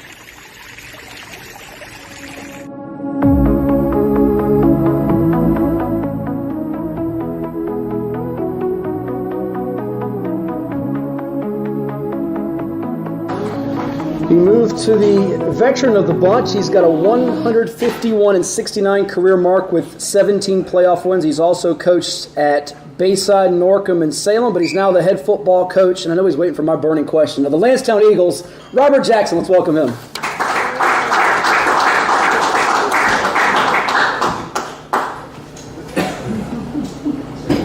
You need some help? Yeah. That was hard. I used to go sprint uphill, but now it's like I gotta watch where I step so I don't trip. All right. Thank you, Matt. I want to bring you greetings from Landstown High School and our principal, Dr. Johnson. I always enjoy coming to this event. I've been doing it a while. I had a quick story. I was thinking about what I would say up here. I remember when it was the crying towel, and you would get up here and I would tell stuff, and my quick story, and Mr. Edwards, I promise it's clean, because I remember I told a joke one year, and when I got back to school, it was, we need to see you in the office, please. So I said, okay, we won't do that no more. But, I'm lying. I'm not really excited, but I'm excited about football season again. We have a very young team, probably one of the young. I think this team reminds me of when I opened Landstown way back when it opened, and we had a bunch of freshmen and sophomores, and guys like Percy Harvin and all those guys were young kids, and this team reminds me a lot of that. I know we're going to be starting. I can probably tell you the seniors we'll start. We probably start 3 seniors. The rest of them will be freshmen and sophomores, and sprinkle a junior in there. I had one senior who didn't come out, and I was on the field, and he sent me a text. Coach, he missed all the spring, he missed all the summer work. Sent me a text like last week, Coach, I want to come back. And I'm like, really? So, of course I didn't respond, and he showed up. And I said, well, why you want to come back? And he said, I said, why didn't you come? And he said, I lost the passion, it wasn't fun anymore, and this kind of stuff. I said, well, what made it not fun? Well, all the running and the lifting and all that kind of stuff. I said, well, you do know we still run and we still lift. That part hasn't changed. I said, but I could agree. I agree. I said, I understand you lost the passion, but I want to let you know I lost the passion every time I watched you play. So we can agree that because you lost passion with your work ethics, I lost passion watching you play. So I'm trying to make a decision on whether to let this guy back or not. I still haven't told him anything. But I guess that's what high school football has come to now. you just got, I heard Coach say he didn't mince any words. So I'm finding that I had to adapt my style to not mincing words and just being honest with kids, because it's different. Social media has the game tricked up. It's different. You have parents who really think, I heard you ask a question about recruiting, and everybody thinks their child is a Division I athlete, but they have division nothing work ethics. So, we're going to do our part.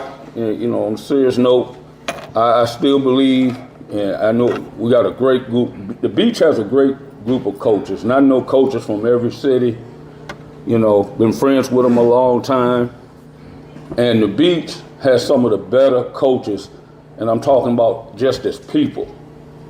And I think we all kind of model our systems the same way. We're not going to set kids up when they walk across that stage and get a diploma. The wins will be the wins.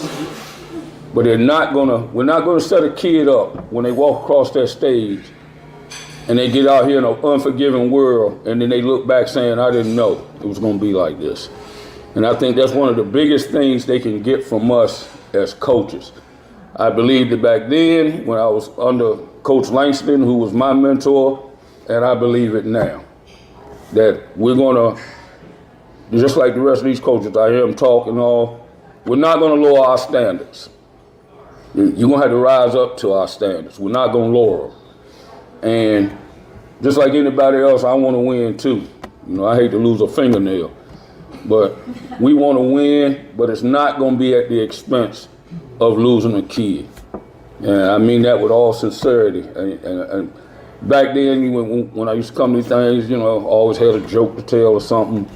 But when you get to my age, I'm sitting over here thinking, you tripped me up when you said we're gonna go backwards, and I had to try to do my ABCs backwards and couldn't figure out where I fell in the order. So then I saw Ocean Lakes win. I said, okay, M, are there any M's in the room? And no, so I told John, I guess I'm next. Keep you on your toes. That's a nice ring you got there. I might trade you mine for. Oh no, you won't trade me for sure. Hey, in all seriousness, last question. You mentioned about the passion, and it's different. I know from when you started to now. You coach college ball, you coach high school football. What do you love most about coaching high school football right now in 2024? Right now, I like the young coaches. I'm at that stage now where all I do is take the picture. I try to go out and get young coaches. If I look back at my tree of coaches, I've had right many head coaches come off my tree that were with me and went on to be head coaches. And I enjoy that aspect. As a head coach, head coaches coach coaches, coaches coach kids. So we meet after every practice, and I have all the coaches go and talk about their position and talk about things. I don't want any yes men in the room, but like I tell them, everything I say is not right, but everything I say ain't wrong either. So, because sometimes I just had a conversation with my coaches last night and told them, as long as I've been doing this, sometimes, we've had some success with in this game with some coaches I've had. But I see a lot of coaches, they come in, all they have are answers. I told them last night, none of y'all have questions. You ain't been coaching that long, so you should have some questions about and talk to people. And I told them that's where our country is now. We're so quick to just discard our elderly, and I'm in that elderly range now, discard their knowledge. And I had kids in my class talking about they'd rather listen to their 14 or 15-year-old friend than listen to an adult. So, to answer your question, I enjoy watching younger coaches come through the ranks. And I enjoy watching coaches come through and they're doing it right. And their kids are having success in life, period. You mentioned my ring. I only wore it because I was coming here. But it was in my glove compartment the whole time. Because it really, I can take this ring and just set it down, and it's just a ring. But when I get a call from Big Dave Thompson, or I get a call from John White, or I get a call from Lindale Gibson, or Bucky, or I can name guys who weren't stars and they call, hey coach. That means a whole lot. The wins will come and go, but those lifelong relationships you build, that's what I love about this game. Priceless.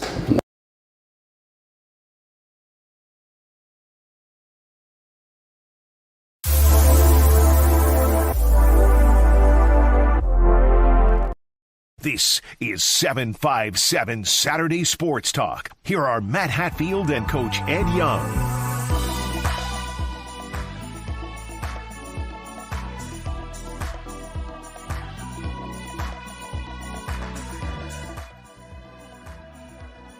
And we are back on 757 Saturday Sports Talk on Cova Sports TV. You heard from the head football coach of the Landstown Eagles, Robert Jackson, at the Beach District Football Coaches Luncheon that just concluded this past Tuesday at Regent University Founders. And we thank him and all the coaches that tuned in and stopped by this past week. Ed, your reaction to what Coach Jax had to say there. Some very touching remarks at the end about some of his former pupils, hearing from the Bucky Hodgeses, the Lindell Gibsons, the John White's of the world, who's now a coach at Bayside, among others. And he had a couple of quips in there. And he also, we generally go in alphabetical order, have them draw numbers, names out of a hat to see who goes first. You go from A to Z. We went backwards. So that's where his joke was about you going backwards there. You threw me off there trying to do my ABC. So, but he's got the humor side to him and obviously the decorated history of a coach who's been in a lot of big games, championship moments, and been doing it the longest of anybody in that district.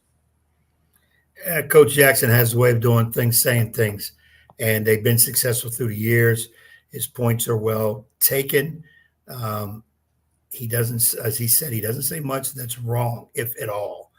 I like his delivery, and he has affected the lives of many, many, many young men. And when he talked about his coaching tree, John White's one of the guys that have either played under him or coached as an assistant under him, gone on to lead their own programs in that.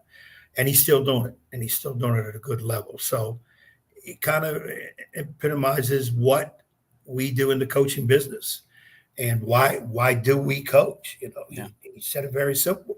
Every year is different. Even though it looks the same, it's different because you have kids in front of you, and you got a chance to mold those kids, not just as a team, which is your main job, really, but it's not your most important job. So he does it well. How about the schedule? Cox, Tallwood, Salem out of the chute. If they can get to 2-1 or even say 3-0, they got to be smelling like a rose. Then it gets to PA, Bayside, Kempsville. We watch at the ticker here. They do bring back a veteran quarterback in Zaccarello, but he mentioned a bunch of underclassmen outside of him on the roster, both sides of the football. Green runs a biggie on a Thursday in October, have a bye week, then go to Ocean Lakes. We're going to hear from either Coach James Yeager or the two standouts, Devin, McGill, Noah Cologne, in a moment here, and we'll save one of those clips for next week's show. We caught up with them at the scrimmage.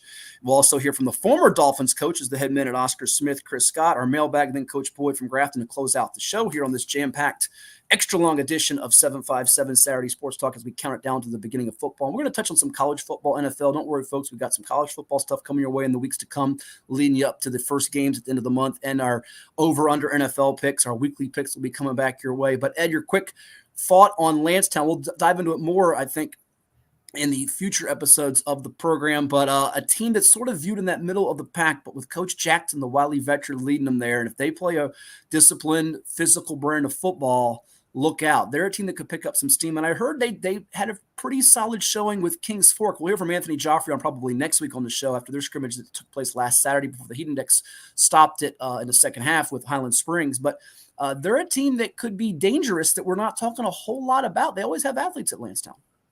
Yeah, I would say if I had a list of most improved and watch out, Landstown would be on that. I think they're going to have a better season than people are saying or expectations thereof. You mentioned maybe at the beginning of the year they're starting in the middle of the pack. If some of those youngsters that he's high on come through early and they gain their confidence and be able to keep it, I think their situation is you can't do a lot of mistakes, obviously.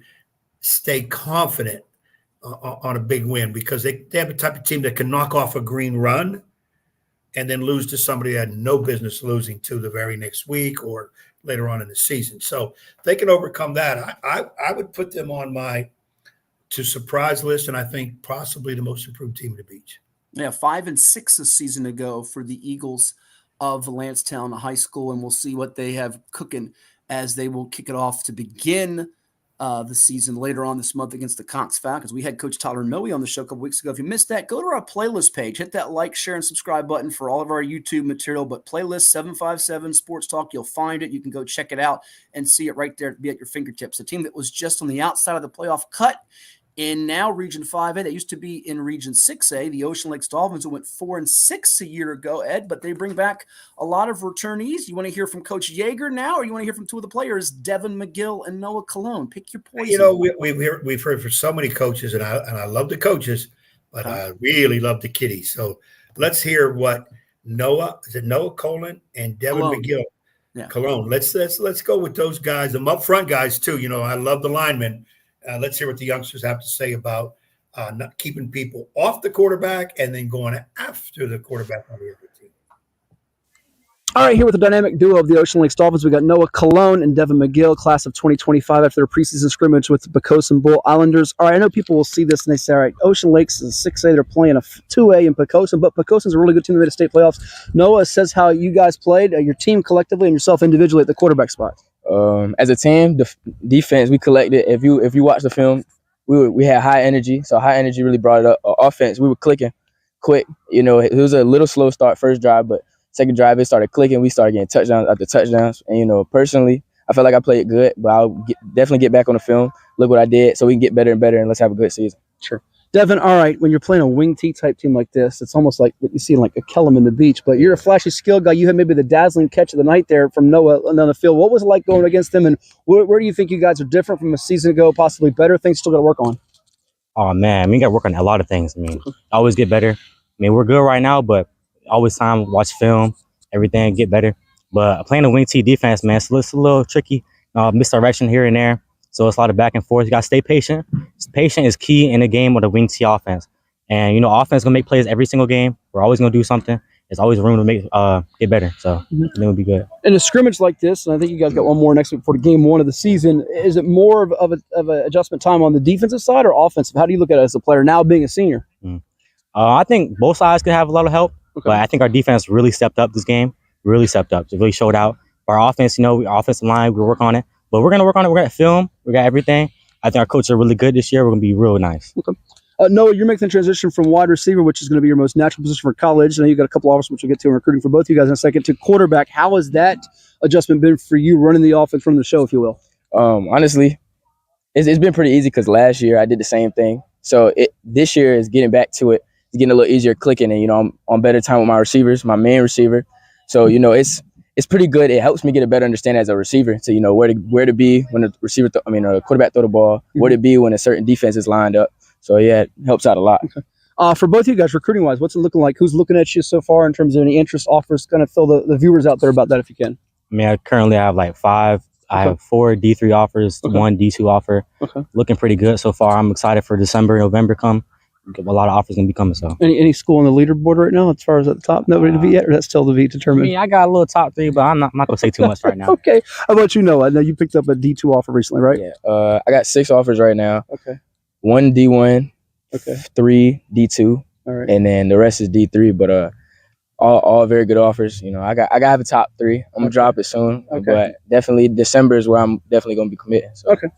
And lastly, for each of you guys, what makes Devin McGill unique as a football player, and then vice versa, make Noah Cologne? Tell me about what makes this guy unique and your go-to option, and what makes him such a dazzling player in the backfield for you. Who wants to go first? I got it. Okay. Make him a unique football player is his speed, his caliber to make plays. Like, even if I throw a back ball, he gonna make the play. Right. So I know I trust it. When I throw the back ball, he gonna make the play. He know what he doing on offense. He knows the plays, even outside of football. Like, you get a close bond with your receiver, you definitely gonna have a good year. So, how about for him? I mean, he's the smartest player on the field. I mean, quarterback QB1, throw the ball every time. I mean, I got to worry about nothing when it comes to him. Even if they got a lot of pressure, run out, he's going to make a play. I'm going to block for him. I'm going to catch the ball for him, do everything for him, man. It's a lot. He's a great player, great leader, too. A lot of good stuff like that. Dolphins look to crash the Beach District and playoff party this year behind Devin McGill, Noah Cologne. Thanks so much. All the best. Good work, guys. Appreciate it. Yep.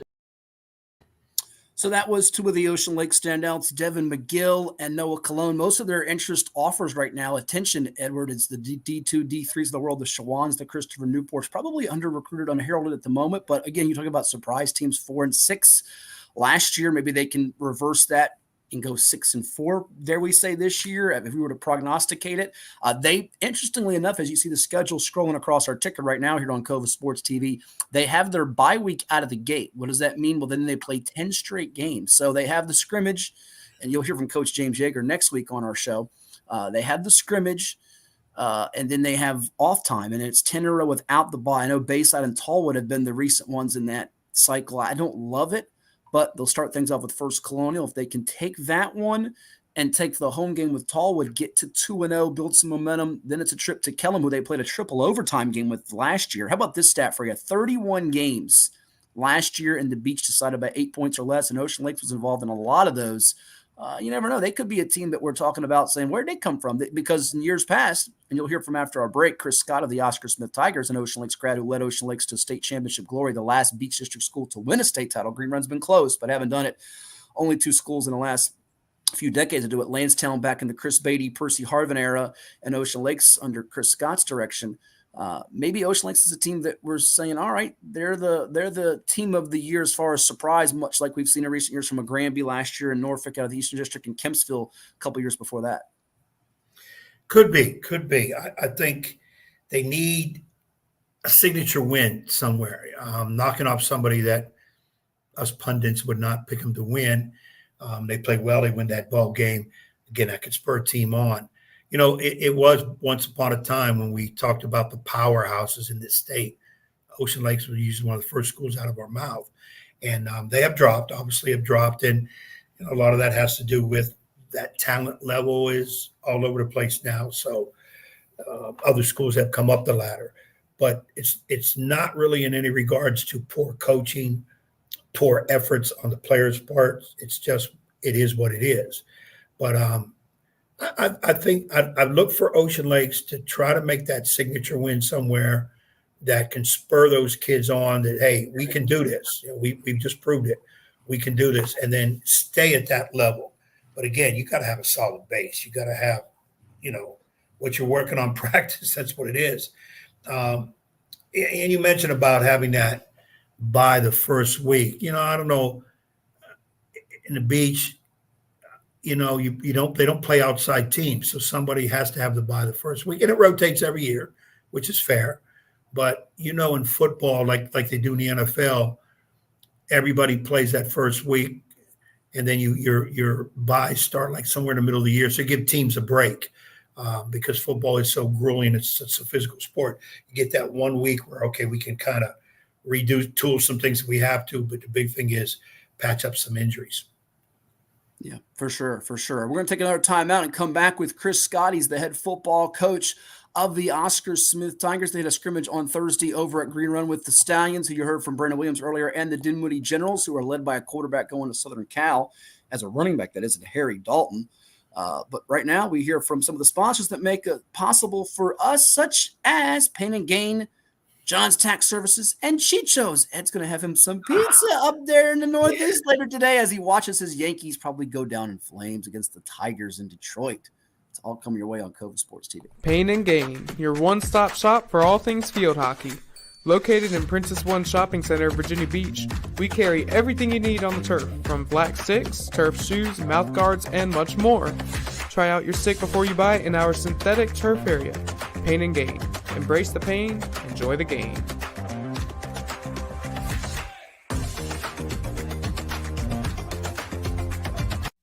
Well, it's everybody's favorite time of year again. Time to prepare to make your annual donation to that infernal revenue service. And if you're like me, you need help. Help to keep that donation as small as possible. So get off your W-2 and call John Maynard at John's Tax Service. 455-6763.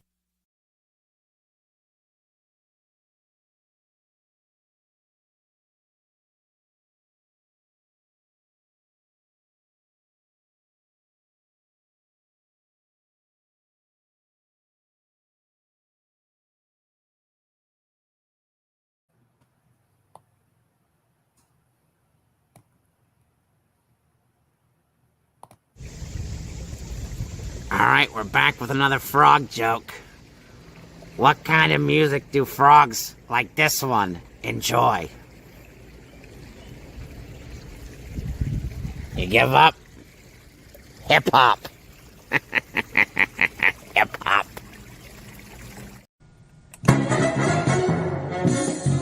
And now back to Matthew Hatfield and that evil basketball coach.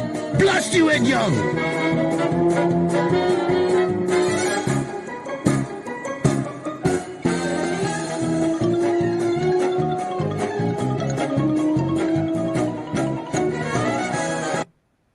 Edward is a fan of hip-hop, and we're back here on Cova Sports TV. Like, share, and subscribe to our YouTube channel as we now transition from that and Stewie to the head football coach of a team that's won a couple of state titles recently, 4 total. They won 2 under Rich Morgan, and they won 2 under the direction of this guy in the same calendar year during the COVID year, if you will. Chris Scott of the Tigers, Edward. You're high on them. Would you like to hear what he had to say after the scrimmage with Dinwiddie and Green Run? I still think they win the SED. Okay. Well, let's see if his comments move you, shake you, alter your opinion right now on Cova Sports TV. He's still in a daze right now over what he just heard from the pool. We got to stay cool. Back with you in just a sec after we hear from Chris. Yeah, I'm going to stay cool. Okay, I'm here with Oscar Smith head football coach Chris Scott. His team's tri-scrimmage just concluded with Dinwiddie and Green Run here in Virginia Beach. Coach, it is just a scrimmage, but I'm sure there are some things you can take away from it. What's your initial blush of what we saw tonight? Yeah, I think the first 2 things that we wanted to make sure that we did was we wanted to make sure that we flew around and we were the most physical team on the field, and we looked to check those boxes, and I think our guys did that. That's the first 2 things, and have fun doing it, right? And so I thought that we flew around, we looked fast, and we looked physical. We get to the ball. So once we get in the lab and look at the film, there's always going to be a million things to break down. We can't wait to get that started with that tonight. Oscar Smith football teams before you, with you, and I'm sure even when you're long gone, have always been known for their being fast, physical, aggressive, and athletic, but it feels like there's a different level of intensity with this group. Is that partial because of, the effort's there, but just the experience, more maturity from this group from last year, playing so many sophomores and underclassmen, if you will? Certainly, I think that the referee was on the sideline and he said, "So what's the difference between this year's team and last year's team?" He just said we looked a lot different, and it was a great compliment because I think the difference is they're all older. I mean, the freshmen are now sophomores are now juniors. We only had one offensive starter is a senior. So all of those other guys are sophomores. We got an offensive lineman. Okay. That's it. And so other than that, everybody else is sophomores and juniors. And so with that said, you get a chance to see the young guys got a little older. We're not super old, but we still have some great older leadership in the secondary and some of those guys at the athlete position. But I think that's the biggest difference. Those guys have Coach Simmons, Coach Thurgood have done a great job of building this team in the offseason. I mean, our offseason program that they headed up is just second to none, and they got after it, and you see it in the size and the way that we flew around. Mm-hmm.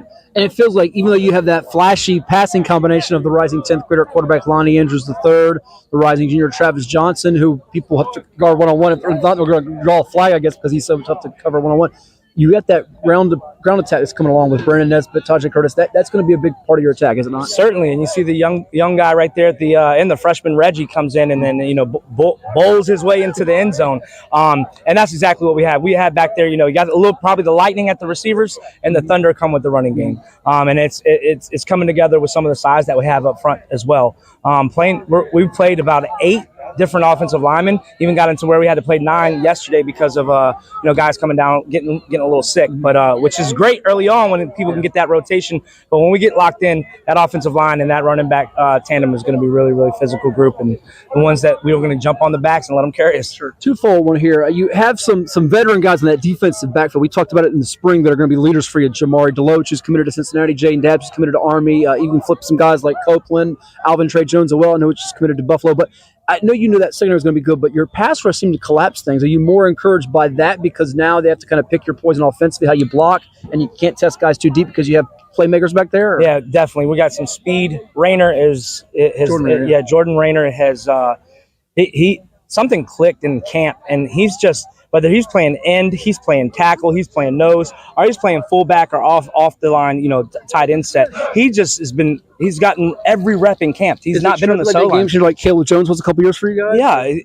I definitely hope so. Okay. But what he's showing is that size and athleticism moving around. And then you go ahead and start to add that athleticism with the end rushers that we have. And certainly, like you said, we've got some speed and athleticism there.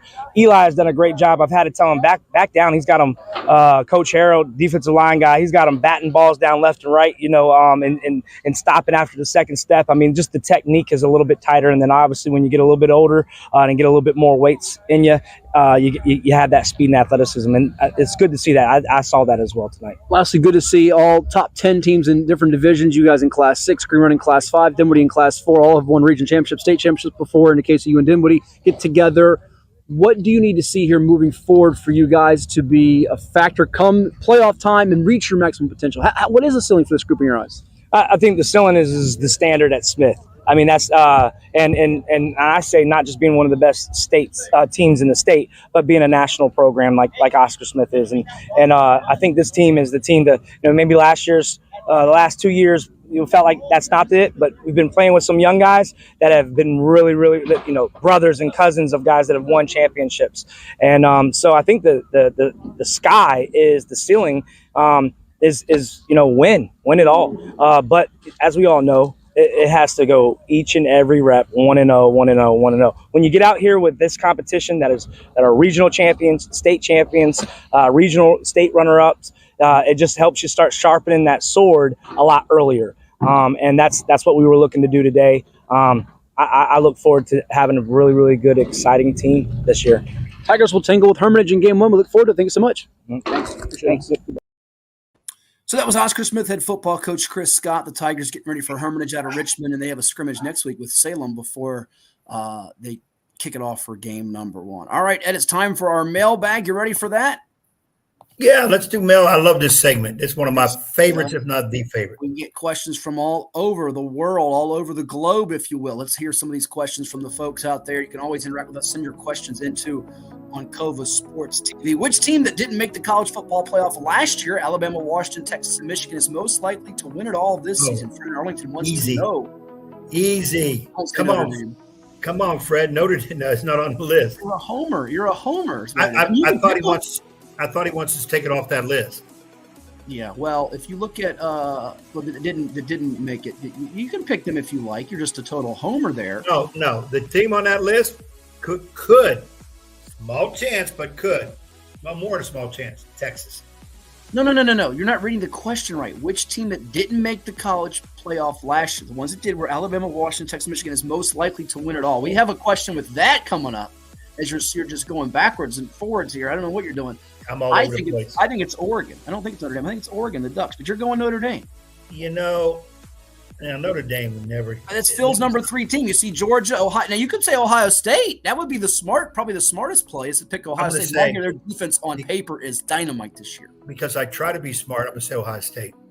And they have Travion Henderson in that backfield equation, though he's not guaranteed to be the all the time back, as Phil told us when we spoke with him a while back. All right, well, since you spoiled that question already, let's go to the second one, which is from Michael in Richmond, who wants to know which team that made the playoffs last year, and it's expanded now, Alabama, Washington, Texas, and Michigan, most likely to miss it this year. You got ahead of yourself, which you got ahead of myself. And the one I picked of these 4 that won't be there, Washington. You're going with Washington. Okay. Guaranteed. I actually think 2, maybe 3 of these could miss it. Texas has got the running back injury situation right now. Alabama's got the new head coach, although DeBoer can get them in the playoff in the SEC. You lose 2-3 games, you're still there. Michigan, I think, is not making it this year. So I would happen to agree with you. Washington has got no chance. It was in Penix, Odunze, the talent they lost, which was a ton. I would go Michigan number 2. You're going to go Michigan number 2. Okay. Mm-hmm. All right. Our next question on the mailbag as we go through these rapid fire style 5. Let's go to another Michael. This one, Mike in Suffolk wants to know, was Steph Curry's 3-pointer in the gold medal game to seal the victory over France the best shot of his career? You know what's weird? I don't know that it was the best moment of his career, but I can't think of one shot. The only shot I can think of was an ABC Saturday night game against Oklahoma City. And I think it was when they had Durant and Westbrook and Harden. Remember, he just was dribbling up the court and he flung it from barely inside half court, almost Ashley James style, the late, great AJ against you, and it went in and they won that game.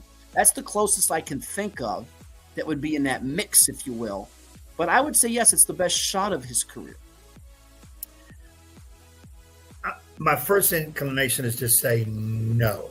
I got to believe Because you're a stepping stone. Bigger shots to win a game. Tell me which one then. I can't remember off the top of my head. Well, check the top of your head.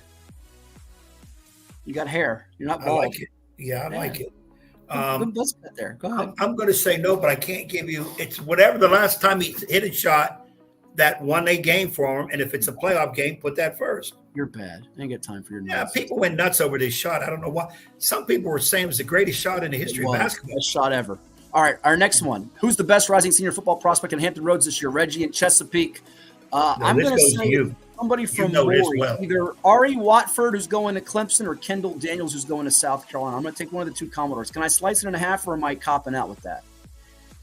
Yeah, they got talent. You could do it, but how about if the young man gets back from injury? Messiah Delome of Warwick, who just committed to Maryland, by the way. He's going to the Terps. How about the Terps invading the 757? Yeah, that's not a bad pick. I thought he'd go to Virginia Tech, but he went to Maryland. I'm going to go with, for right now, I'll go with Watford by a hair over Daniels, but I could change my pick. Let's revisit that question. That's a good question. And our last one here, before we go to break, and then playing Coach Boyd from Grafton. How many games will the JETS Jets win this year? Bob and Poquoson wants to know. We're doing our over-unders in a couple weeks, so we'll probably save that. But I'm going to go out on a limb right now, and they're going to win 11 out of 17 games. 11-6 for A-Rod and the JETS Jets. I'm going to go 10. 10. Oh, you're not as down on them as I thought. All right. I'm not big on the Jets this year. They're not going to the Super Bowl, and they're going to have to play well to make the playoffs. All right. Quick timeout, and we'll come back with. Yeah, man, that's all the questions. I want mailbag. We'll do more. Don't worry. After we hear from One Life Fitness, we'll come back with Coach Boyd of the Grafton Clippers right here on Cova Sports TV. See you later. We'll talk to you after that and close the show up.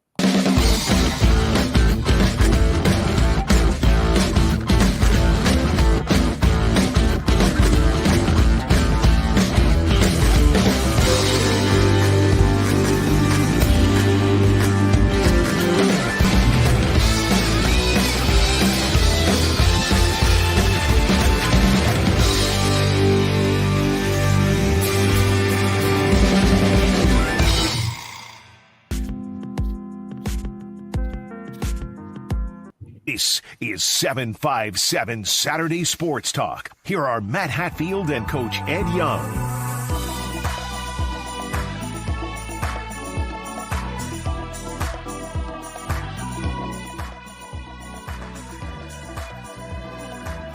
And we're back here on 757 Saturday Sports Talk. Like, share, and subscribe to our Cova Sports TV YouTube channel. We're all over the web, VirginiaPreps.com, Facebook, with our Virginia Beach Sportsplex and Cova Sports pages, as well as on X, 757 Sports Talk, Hatfield Sports, IG, Apple, Spotify. And with the Coach Ed Young, I'm Matt Hatfield. And Ed, we've got a special guest. He is the new head football coach of the Grafton Clippers. He's got some 757 roots, was a running back in the day, not in the BRD, but the PD, and he's been coaching in the BRD. Grafton High School, taking over from Max Bolton.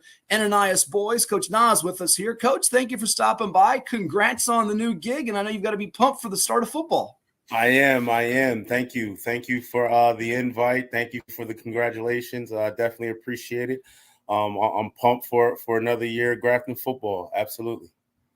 When you get in here late at Grafton, we know Coach Bolton has been battling some health issues, and all the best to him. We wish him well. I know he's going to be helping out at Phoebus now, but he's gone through a lot of it there, and he's done a good job there. He was co-coaches with Creighton and Cornelius there the last two seasons, 6-5, and now you take over, and it's a late start for you. And we'll get into your background, I'm sure. Here, Coach, we'll jump in with that with you. But you have to be excited because it's not your typical, oh my gosh, you get thrust into a bad situation, because the Clippers, before the last two seasons of 6-5, they had some rough years of, I think, 4 or 5 years in a row of one win or no wins. However, Grafton's a team that's making some noise in the BRD, and I imagine that's the plan this coming year. Absolutely. First and foremost, Max has been a mentor even through this transition. Same with Creighton and Cornelius. I actually had Creighton as a offensive coordinator back in high school, so we were familiar with each other. That was under Tracy Parker, ironically. But yeah, getting started late in the season, this late in the off season, for any other typical situation would be difficult, but the transition has been rather smooth because I've been part of the program for the past 2 seasons. So the same mission, the same goals are there. I have been able to pick up the torch, pick up the baton, and keep it rolling and shape it with my own type of vision and what I want to see happen. The staff is intact, which I'm sure we'll get into in a little bit. But yeah, it's an exciting time around Grafton. I have the support of the parents. I have the support of administration, which I definitely appreciate them putting their faith in me to be able to continue this torch. So I'm excited. That's awesome. And how ironic is it you bring up Coach Tracy Parker of Smithfield, who was an office mate of Ed's over at Nansemond River. And ironically, we had Parker on the show earlier this month, and it's your 5th game for you guys at Grafton. You have 4 before that, though, with the likes of Lafayette, New Kent, Poquoson, and then your season opener coming up on August 29th against the IC Norcom Greyhounds up there in Yorktown. Yep, absolutely. That game is circled, meaning the Smithfield game. I did get to speak with them a little bit last season when we went out to Smithfield. Actually, the previous 2 seasons when we played them, but never in the head coaching capacity. So I get to show him a little bit of what I learned over the years from him, and it's an exciting time. But you mentioned IC Norcom being game 1. That's what we're focused on. We're focused on week 1. We have a few scrimmages to get ready for as well within the next 2 weeks or so, 2 to 3 weeks. So yeah, everything is rolling. The train is still moving. So excitement in the building is what it is right now. It's extreme excitement, extreme high hopes for the season to continue to build on the 6 and 4s, right? Because our seniors right now, our rising seniors were part of the 1 ends or the 0 ends, right? So it's an extremely exciting time for them transitioning into the next level of football if they get that opportunity. But excitement in the building is what I keep hearing. Ed? First of all, Coach, congrats on the move up to the head chair. And of course, that was one of my would-be concerns or questions to ask you was, okay, you get the job really late, but I've read a little bit about your background, being the JV coach the last couple of years. Now listening to you, I don't hear woe is me, we may not win a game. Our kids don't even know which end of the field. I don't know anybody's name. Coaches always play stuff up. I hear in your voice more of an excitement. It's just title change for the most part. But the big question I would have for you, though, is, and you kind of alluded to it, but I want you to go a little more depth. Now, how do you put your fingerprint as the HC in this? And what are those couple, 2, 3 things that when they said, okay, we want you to take the varsity job, you said yes, that you have to really take care of immediately?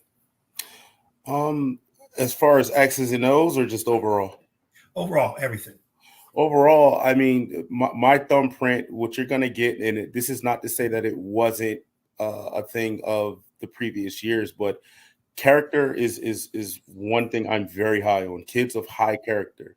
And that is an emphasis within the program this year. And as long as I'm the head coach, it will be an emphasis moving forward. Kids of high character, but high athleticism and high football IQ. So my fundamentals and my focus, we did a lot of film last year, but with my background and experience in the year I did in at Buffalo in collegiate sports, film is everything. So even up to watching film before the game, even getting in a lift before the game, taking care of the little things. My focus right now is the little things. So what I've seen in the past from our previous 2 seasons while I was here, we did take care of the overall big mission, which was change the culture here. Right, the culture has effectively been changed, but it's still some fine tuning to do, and that starts with the little things. Film, being present in the school during the day. Being around the kids and promoting that family atmosphere and letting them know you're a student athlete and student comes first. Right, the X's and O's, they have the athleticism, they have the athletic ability for that to take care of itself, and I feel we have the coaches in place that really would polish that. I mean, it's the same staff. So really, I did get a chance to actually watch that interview you did with Tracy, but it's the same concept. This is our third year, even though it's my first as head coach. This is year 3, right? So year 3 with some of the staff, and year 2 with some of them. Now that cohesion is starting to take place, granted, it's offensively, which I'm sure we'll get into in a little bit as well. Offensively, it's slightly different, but has the same principles. So as far as putting my thumbprint on it, that's the difference you will see offensively and really defensively, which Max, before he left, was guiding us defensively in that direction anyway. And I definitely was on board with that as well. And of course, now the big thing you got to remember and know, and I'm sure somebody's told you, as an assistant, you can go undefeated. But I told a guy to run this to go to the 4-5. I don't know why we didn't do it. And now, as the head coach, when it hits the fan, it's on you now. I mean, it's absolutely just the way it is. I mean, in my coaching, I'll tell our assistants, you got this, and this, and if even though basketball is a little different from football, if that part that I gave you screwed up, I'm giving you that credit for the mistakes. Just like I got to give you credit when it goes right. Absolutely. But in final analysis is on the outside world, head coach, and your relationship is a little different as an assistant. You're more of a buffer with the kids and the head coach. The term I used to use, but try not to use much, good cop, bad cop. Now as the head coach, sometimes that relationship in changing is a little tough for the kids because they kind of might still think, well, you were different as an assistant. Not really. It's just the relationship changes somewhat because of the role. Absolutely. For us within the building, we just really focus on being consistent and finding that balance, right? Because it really is a balance. So you're correct. Coming from the assistant coach role, which I actually had the corner. So we all know how corners are, right? The prima donnas of the team, right? So I had corners, which they had a little bit more energy. They were a little bit more outgoing and stuff like that. And with me being the younger of the coaching of that staff, I could relate to them a little bit differently. But coming from an authoritative role, which I still was an authoritative figure, now I am the authoritative guy. I don't have to yell at you. I don't have to curse at you. I don't have to do any of those things to get what I need accomplished, right? And I think that's the mark of a really good coach that's running a really good program. If we're out there losing our mind and we're not keeping our cool as coaches, I think that is an energy that becomes contagious, and all energy is contagious, whether it's good or bad energy. And I am I'm very energetic. I coach off energy. I do coach X's and O's, of course, but I do feel, even looking at the outcome of a lot of our games last year, if the energy was a little bit different behind the scenes with us overall as a program, we may have been able to hang through a lot of those tough games, those close games, and pull it out.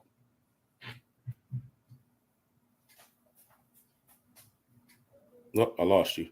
Oh, there we go. Yep, there we go. Yep, we're back now. Sometimes technology doesn't work the way you want it to. We're talking with Ananias Boyd, the head coach, Coach Nas of the Grafton Clippers, our guest here on 757 Saturday Sports Talk on Cova Sports TV. Like, share, and subscribe. Grafton, get ready for that season opener coming up August 29th against the IC Norcom Greyhounds. And in your background, you were a 1,000-yard rusher with the Bethel Bruins back in your day in the PD. I'm sure you have some great fond memories of your time against some of the heavyweights, the Hamptons, the Phoebuses you can touch on. But now it's a matter of grooming 1,000-yard rushers at Grafton. So we'll start with the running backs. Who are the backs we should watch out for this coming season? Take us through the returnees, some of the newcomers, the faces on offense, and then we'll flip it over to defense, the players we should be watching out for this fall. Roger that. So we do have a returning 1,000-yard rusher, which was McGill Barnett. I think he had 1,060 or 1,063 yards, something like that, rushing last year. The ironic thing, I mean, he had over 700 yards called back. So the little things, right? That's a holding call. That's a lot of yardage that was called back. But yeah, so running the ball, McGill Barnett will be there. We have a newcomer to the varsity, Harrison Kent Jr. We call him Deuce. He'll be helping head up the backfield. We have a former, I think he made All-Region, which is Colton Sandiford, who he's wrapping up his baseball tours, and he's in line for potential scholarship offers and stuff like that. We promote our kids playing other sports, right? So they can learn to use other muscles and whatever the best opportunity for our kids to go to school, whether that be football, whether that be baseball, track, whatever, basketball. I mean, we do promote them playing other sports. So there's Colton Sandiford offensively returning in the backfield. Our leading returning receiver and probably our most highly recruited person right now is Jaden Brown. Jaden Brown, he made first team all district, first team all region last year. He's a rising senior as well. We have Coy Snyder, who as a sophomore, I think he made all region.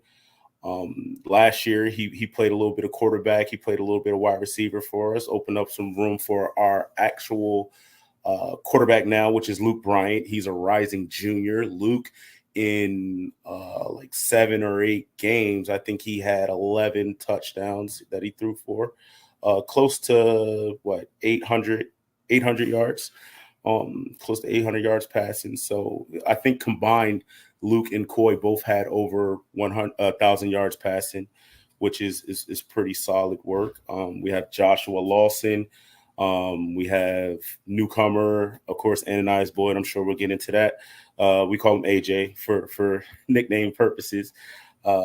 We have Joey Foley, who's a tremendous leader on the team. He's a senior. He'll be playing some of that fullback / nub position in our offense. Then we have Will Dickinson, who's another young sophomore with AJ. So I mean, we're loaded offensively for classes to come, whether it's senior, junior, rising sophomores. We have a few freshmen we're looking at as well.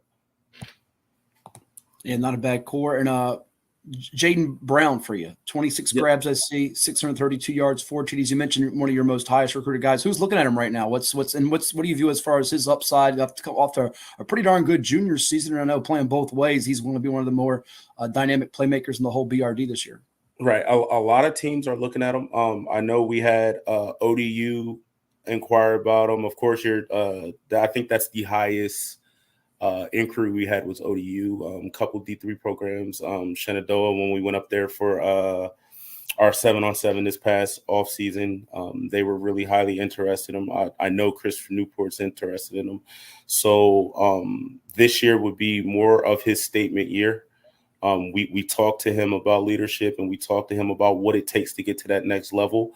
And he's all in, and he's willing to do the work on what it's going to take to get there. And next is just execution and footage. We have a really, really good recruiting staff in the building.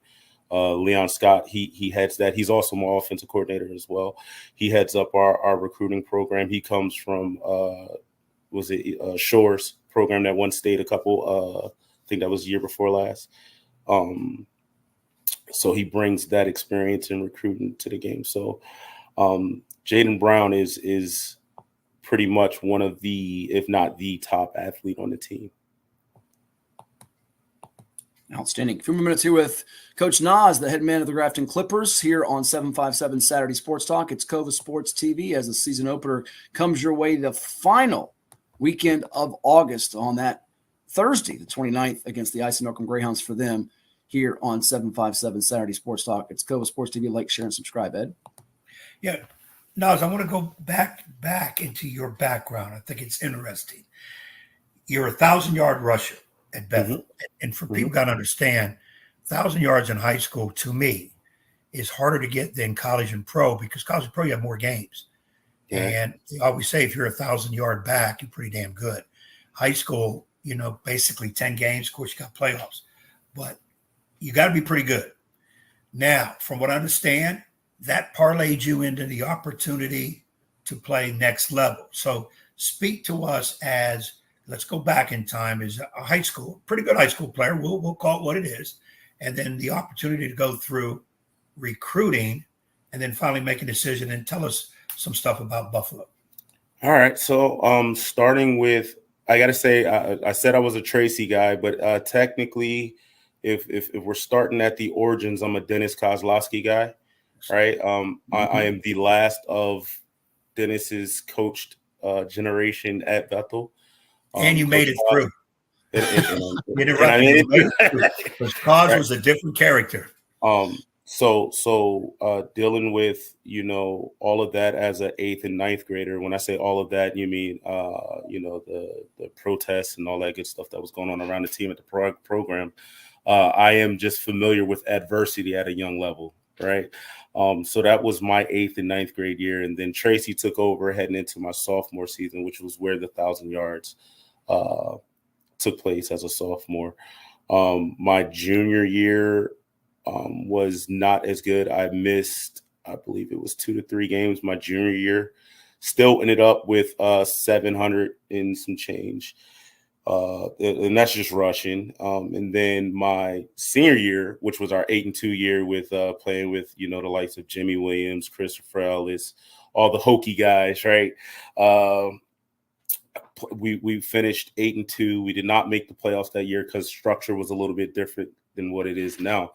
But those years, I hold very close to my heart, all 5 of them. I say 5 because I came into the program as an 8th grader. And I hold those really close to my heart. I learned so much about the sport, but what I was not prepared for was the business side of it, right? And when I say the business side of it, I don't know. There was an article written my senior year where I spoke about, not really having a focus on grades and stuff like that my junior year until I met my wife, well, my then girlfriend, but my wife now, Melinda. She, their family, my family, we were grades oriented, but it wasn't until looking at my transcripts, there were some discrepancies with my transcripts. And this is how Ananias Boyd doesn't end up at a major D1 program. So by the time we got everything fixed through protests and stuff like that, going into my senior year, there were a lot of teams that were out of money, right? It was after signing day. Nobody had money. So rolling into what would be my freshman year, well, actually, right after signing day, I have a cousin, David Holmes. He played for Syracuse, and Coach Jim Hoffner from Buffalo used to play at Syracuse. And when I sent my tape that I made up at my senior year, when I sent my tape to to Syracuse, they had my tape still, and that coach was my cousin's coach, and he reached out to see if I was still available. Right. So I was still available, of course. I really didn't have much what the kids call offers today. I had plenty, but as far as actual hard offers, it wasn't that many. I had a heart condition that was put in the paper my senior year as well. Right. To where I missed that Phoebus game. I joke with Coach Blunt all the time because, he was part of that first Phoebus staff. That first Phoebus championship as a player. Right. Sure. That was my senior year. And I always joke with him, if I played that game, that goes differently. Right. Right. And rest in peace, Bill D. We always joke. We always used to joke about what would have happened if I played that game, the glory days and stuff like that. So, but transitioning into Buffalo, it was almost like I had to take it, because it was my only full scholarship offer. Right. And what I talk to the kids about today is recognizing opportunities in the moment, which I did not, right? Full disclosure, I did not recognize the opportunity for what it was. So rolling into my freshman year of school, it was a culture shock. It was D1 ball. When you come from somewhere being a man, it doesn't matter whether you're D1, D2, or D3. When you get there, everybody's the man where they were. And my entire career, and I'm sure Tracy can speak to it, or any of my former coaches, or any of my current colleagues, or anybody that's ever worked with me in a football capacity, I was ever a selfish person, right? That didn't happen until my freshman year of college, when you start smelling yourself and I'm this, I'm that, right? And then you get a rude awakening very quickly. So some things transpired, back at home that required me to actually come back home. And I left after my freshman year. But what I learned during my freshman year under former Super Bowl winning linebacker Antonio Goss with the San Francisco 49ers. What I learned was the business side, right? And if you really want to take this further, and at that point in my career, football was a complete turnoff for me, honestly. It really was. I did not want to play the sport. I did not want anything to do with the sport. I had played it from, oh my gosh, 4 or 5 years old up every year, not missing a year. And I learned how to deal with pressure, the pressure of being a man and the pressure of being the pressure of expectation, right? So 1 year really taught me a whole lot, but I didn't get the teaching point until 2020 hindsight happened, right? And looking back, and my journey was my journey for a reason. I had to do that in order to come home and realize how much I missed it and start coaching semi-pro, and then realize how much I missed it and get in the rec league program. You start having a family and stuff like that. You get in the rec league program, and then you start building kids, right? You're a builder of kids when you're coaching rec league. And that's where I was predominantly. And then when I came to JV, I did both, right? I was rec league, I was high school. So during those moments, you really learn how to, one, communicate with kids, right? You learn how to teach the X's and O's to the kids that are not familiar, because it's as young as 6, 8, 10, 12, 14, right? They've never played the sport before, and your job is to make them fall in love with it. JV is a little bit different, right? When you get to JV, I say JV is the worst level. If we're being honest, it's the worst level to really have to be coaching, have to coach, but it's most important to your high school program because it's your seeds, right? There is no JV Super Bowl. There is no JV championship. There is no JV district championship. I mean, you literally are there to develop, right? Which is similar to rec league. And then now my past 2 years helping out with the varsity, I've seen the varsity side of it. And the varsity side, every level is preparing you for the next level. So with our seniors, our juniors, our sophomores, I'm taking a little bit of Kaz and a little bit of Tracy and making sure, hey, you guys, we're preparing you for the next level. If that's what you want to do, right? It doesn't necessarily have to be a sport, but just life in general. We're preparing you for the next level. Awesome. Really good deep stuff here in the last couple minutes with Coach Nas, the head man of the Grafton Clippers, here on 757 Saturday Sports Talk. Like, share, subscribe to our Cova Sports TV YouTube channel. We know you got the youngster coming up, the young Boyd. Hit on just to finish up with you, Coach. Any other breakout names, potentially an unsung hero too, be on the offensive side. Defensively, we didn't get to some of the defensive guys, and special teams. I know it's always a big thing for Eddie. So it's about the kicking and punting, getting that third phase, getting forgot about. Maybe some others that are X factors for you potentially in one of those close ball games that you hope to pull out on one of those crazy, wild, and wacky Friday nights that could be anything like 37-36, or perhaps one of those 8-7, 14-13 meat grinders, if you will. Man, hopefully we're taking care of business, and that's not the case. Right? Yeah, one by four. In all of our skilled positions, one thing I that we're blessed to have is speed everywhere, from AJ to Jaden to McGill. I mean, all of these guys were track standouts in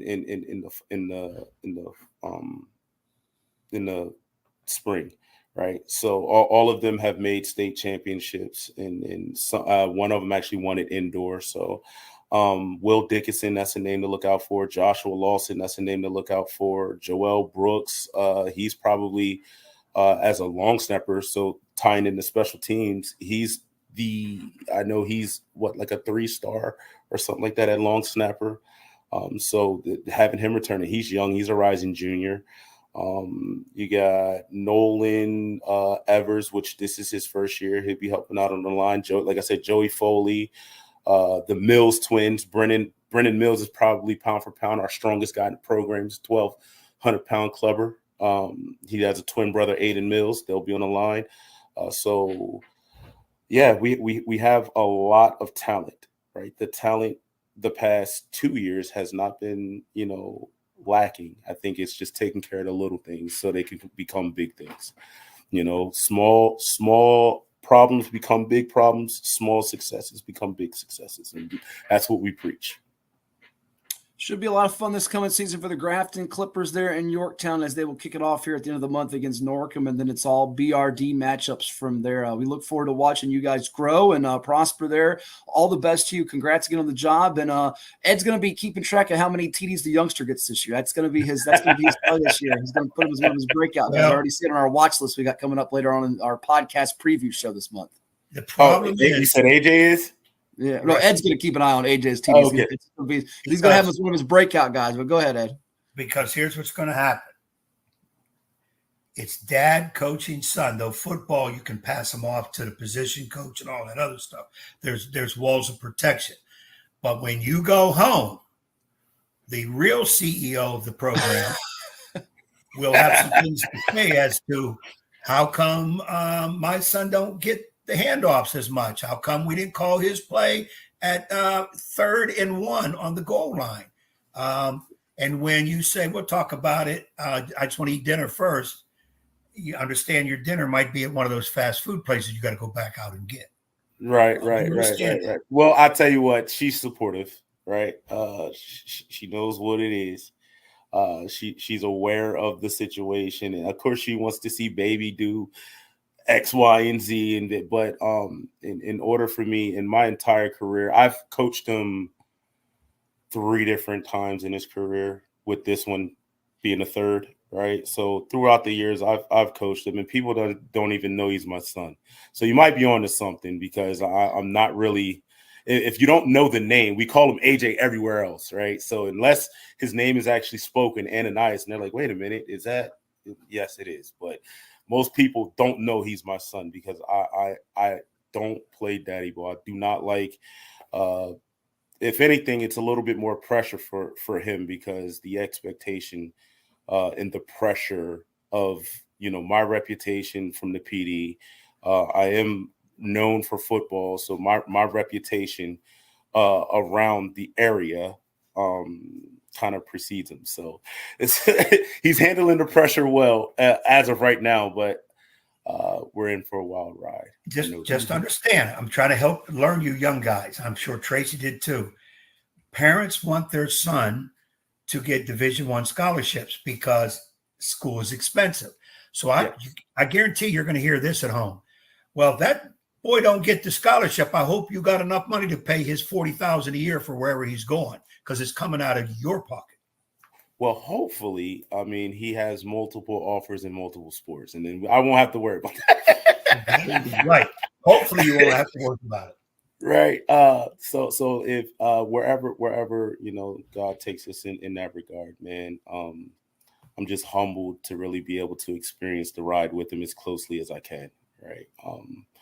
And as closely as I have the opportunity, I don't take that for granted. And not just with him, that of course, specifically with him, but not just with him, with the rest of the kids, and being part of this rising senior classes. That was my JV, my first year, a lot of them. Right. So to be able to be part of changing that mentality from when they first came in the program their freshman year and had a complete meltdown of, I don't even think they won a game. And then go 6-4, and just to witness the growth, it's been rewarding. It has, but the job's not finished. So it reminds me of something. Years and years ago, Al McGuire, the great Al McGuire, was a longtime basketball coach at Marquette. Then he was an announcer on, I think, NBC or whatever. Tremendous. I met him personally in the coaching business. He was just a different kind of guy, but a winner. He coached his son, Allie. Allie was okay as a player, good passer, set up, nowhere near the athletes that Marquette at that time had. And I remember at a clinic, once somebody had asked him, or it might have been a press conference, Coach, you play Allie a whole lot. It seems like there's some other guys that should be getting time. Can you explain to us why he gets to play? And Al just turned and looked at me. He says, well, there's a lot of reasons I can give you, but the biggest reason is I sleep with his mother.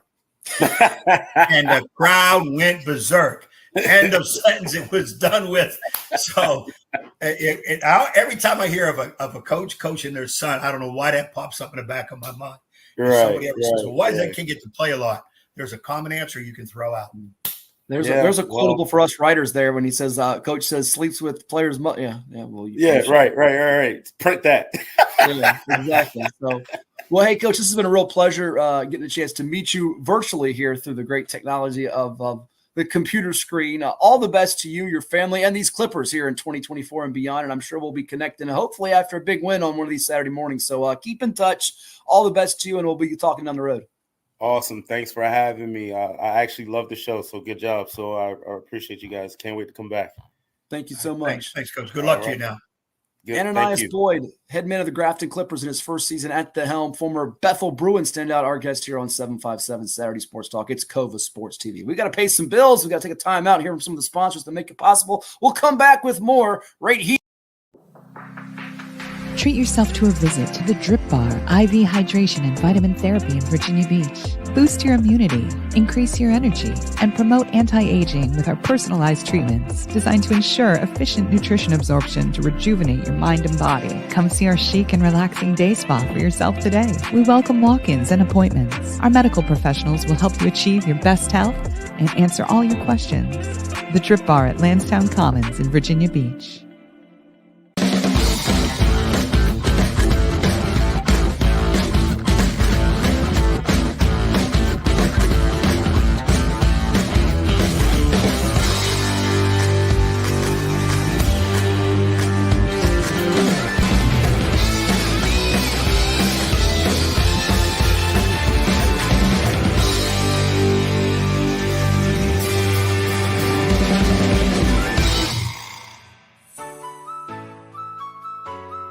Well, we want to thank all of our guests today on the program, from Ananias Boyd, Noah Cologne, and Devin McGill of Ocean Lakes, Elliott Duty of Poquoson, Brandon Williams of Green Run, Booker T. Washington's Mason Williams, and Landstown's Robert Jackson, as well as Chris Scott. From Coach Ed Young, I'm Matt Hatfield. We thank you for tuning in. Like, share, and subscribe to Cova Sports TV. Coming up next on our Cova Sports TV YouTube channel, we've got Virginia Beach Mustangs football. We'll do it again next Saturday on the 24th of August as the countdown to football is coming up. We're almost there. Right here on your home for everything sports, local, statewide, national.